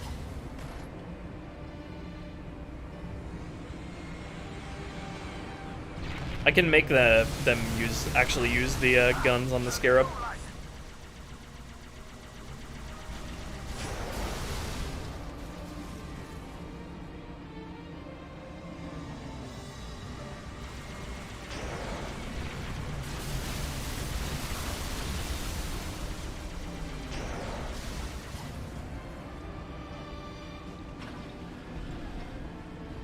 I guess you guys get a sneak peek of what the few stuff I've added so far. We'll get to some really fun stuff as we get to the beach here.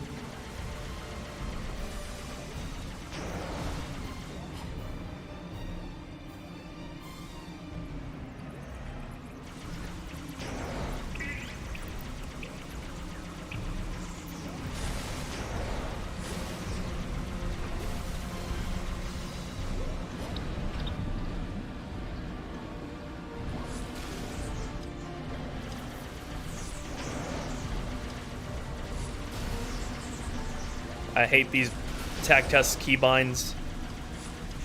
Use the middle mouse button for the Banshee bomb.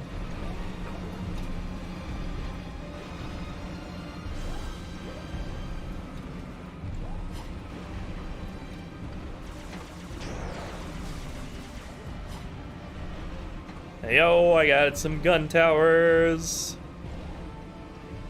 Brutes off them a bit too early before you can get to them, but they're here.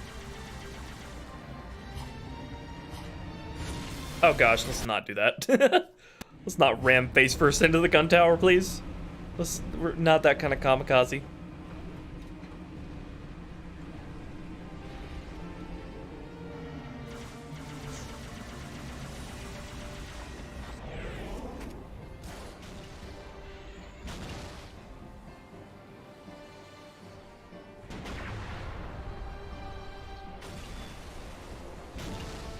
Ow, that Wraith got a direct hit on me. I'm gonna have a lot of fun redesigning this sort of ending part. Don't hit me. Thank you. I don't know why I fell through the gun tower, though.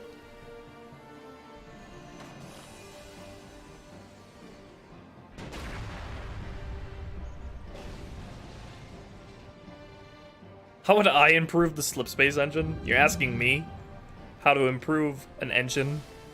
A game engine?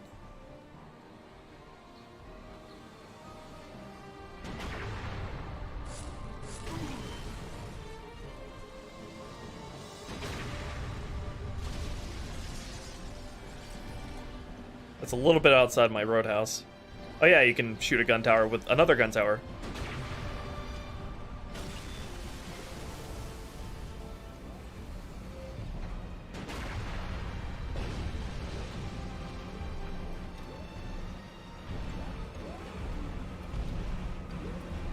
Nice. Music just cutting out. There's supposed to be another Phantom that comes in here under certain conditions as well. Why am I falling through the gun tower? Jeez. Do I have it set too low? I think I have it set too low. Why does this not have collision? What the fuck? That's a little bizarre. The base doesn't have any collision. That's funny. I'll look into that. Where's the Phantom that's supposed to come in?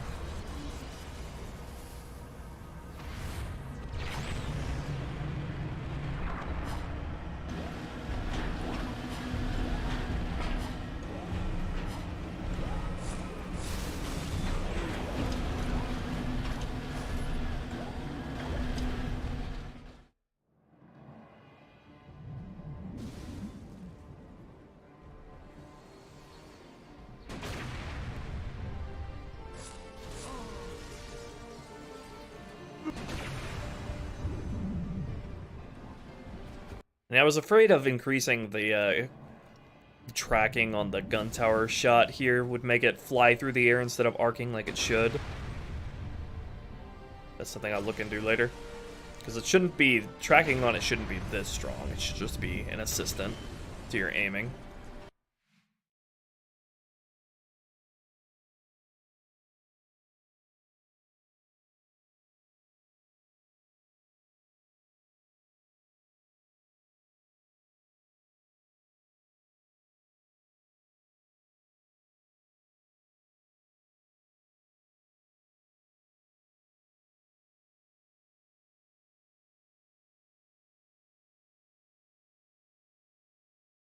I always forget where the tags for the gun tower are.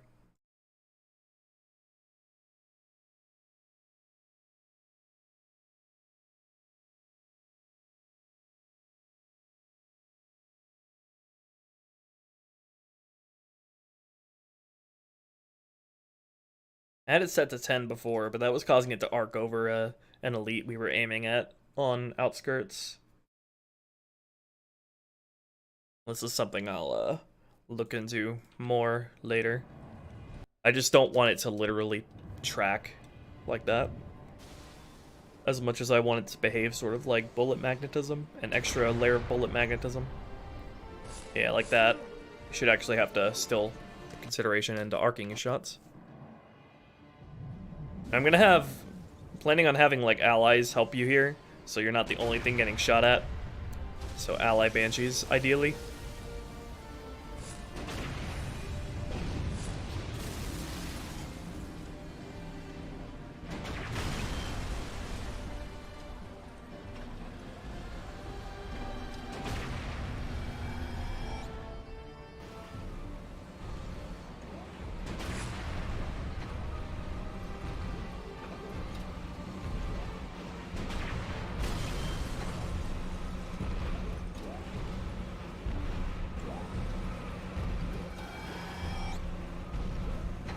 Now, how do I get the Phantom, the optional Phantom spawn here that drops the Wraith?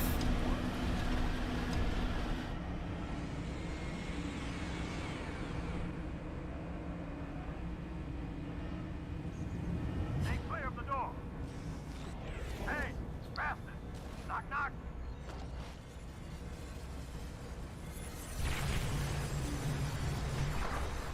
Does it only come in after he destroys the doors?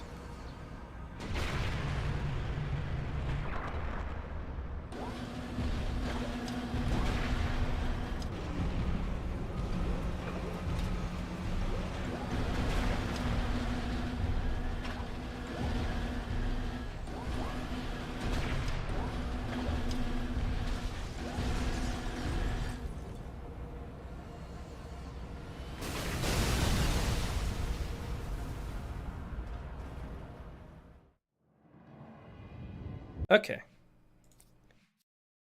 think that's good for tonight, folks. We did a lot of good work here today. I'm gonna continue to work on the balancing stuff and placement of health packs, and then I'm gonna really nail down the custom assets part of the process, where we're really gonna start to see a lot of the stuff come to fruition. Alright. Don't know when I'll next stream, but that's it for tonight. I have a Patreon that'll really help me out if you want to contribute a couple bucks over to it. Link is in the description for that. But I'll bid you farewell for tonight, and yeah.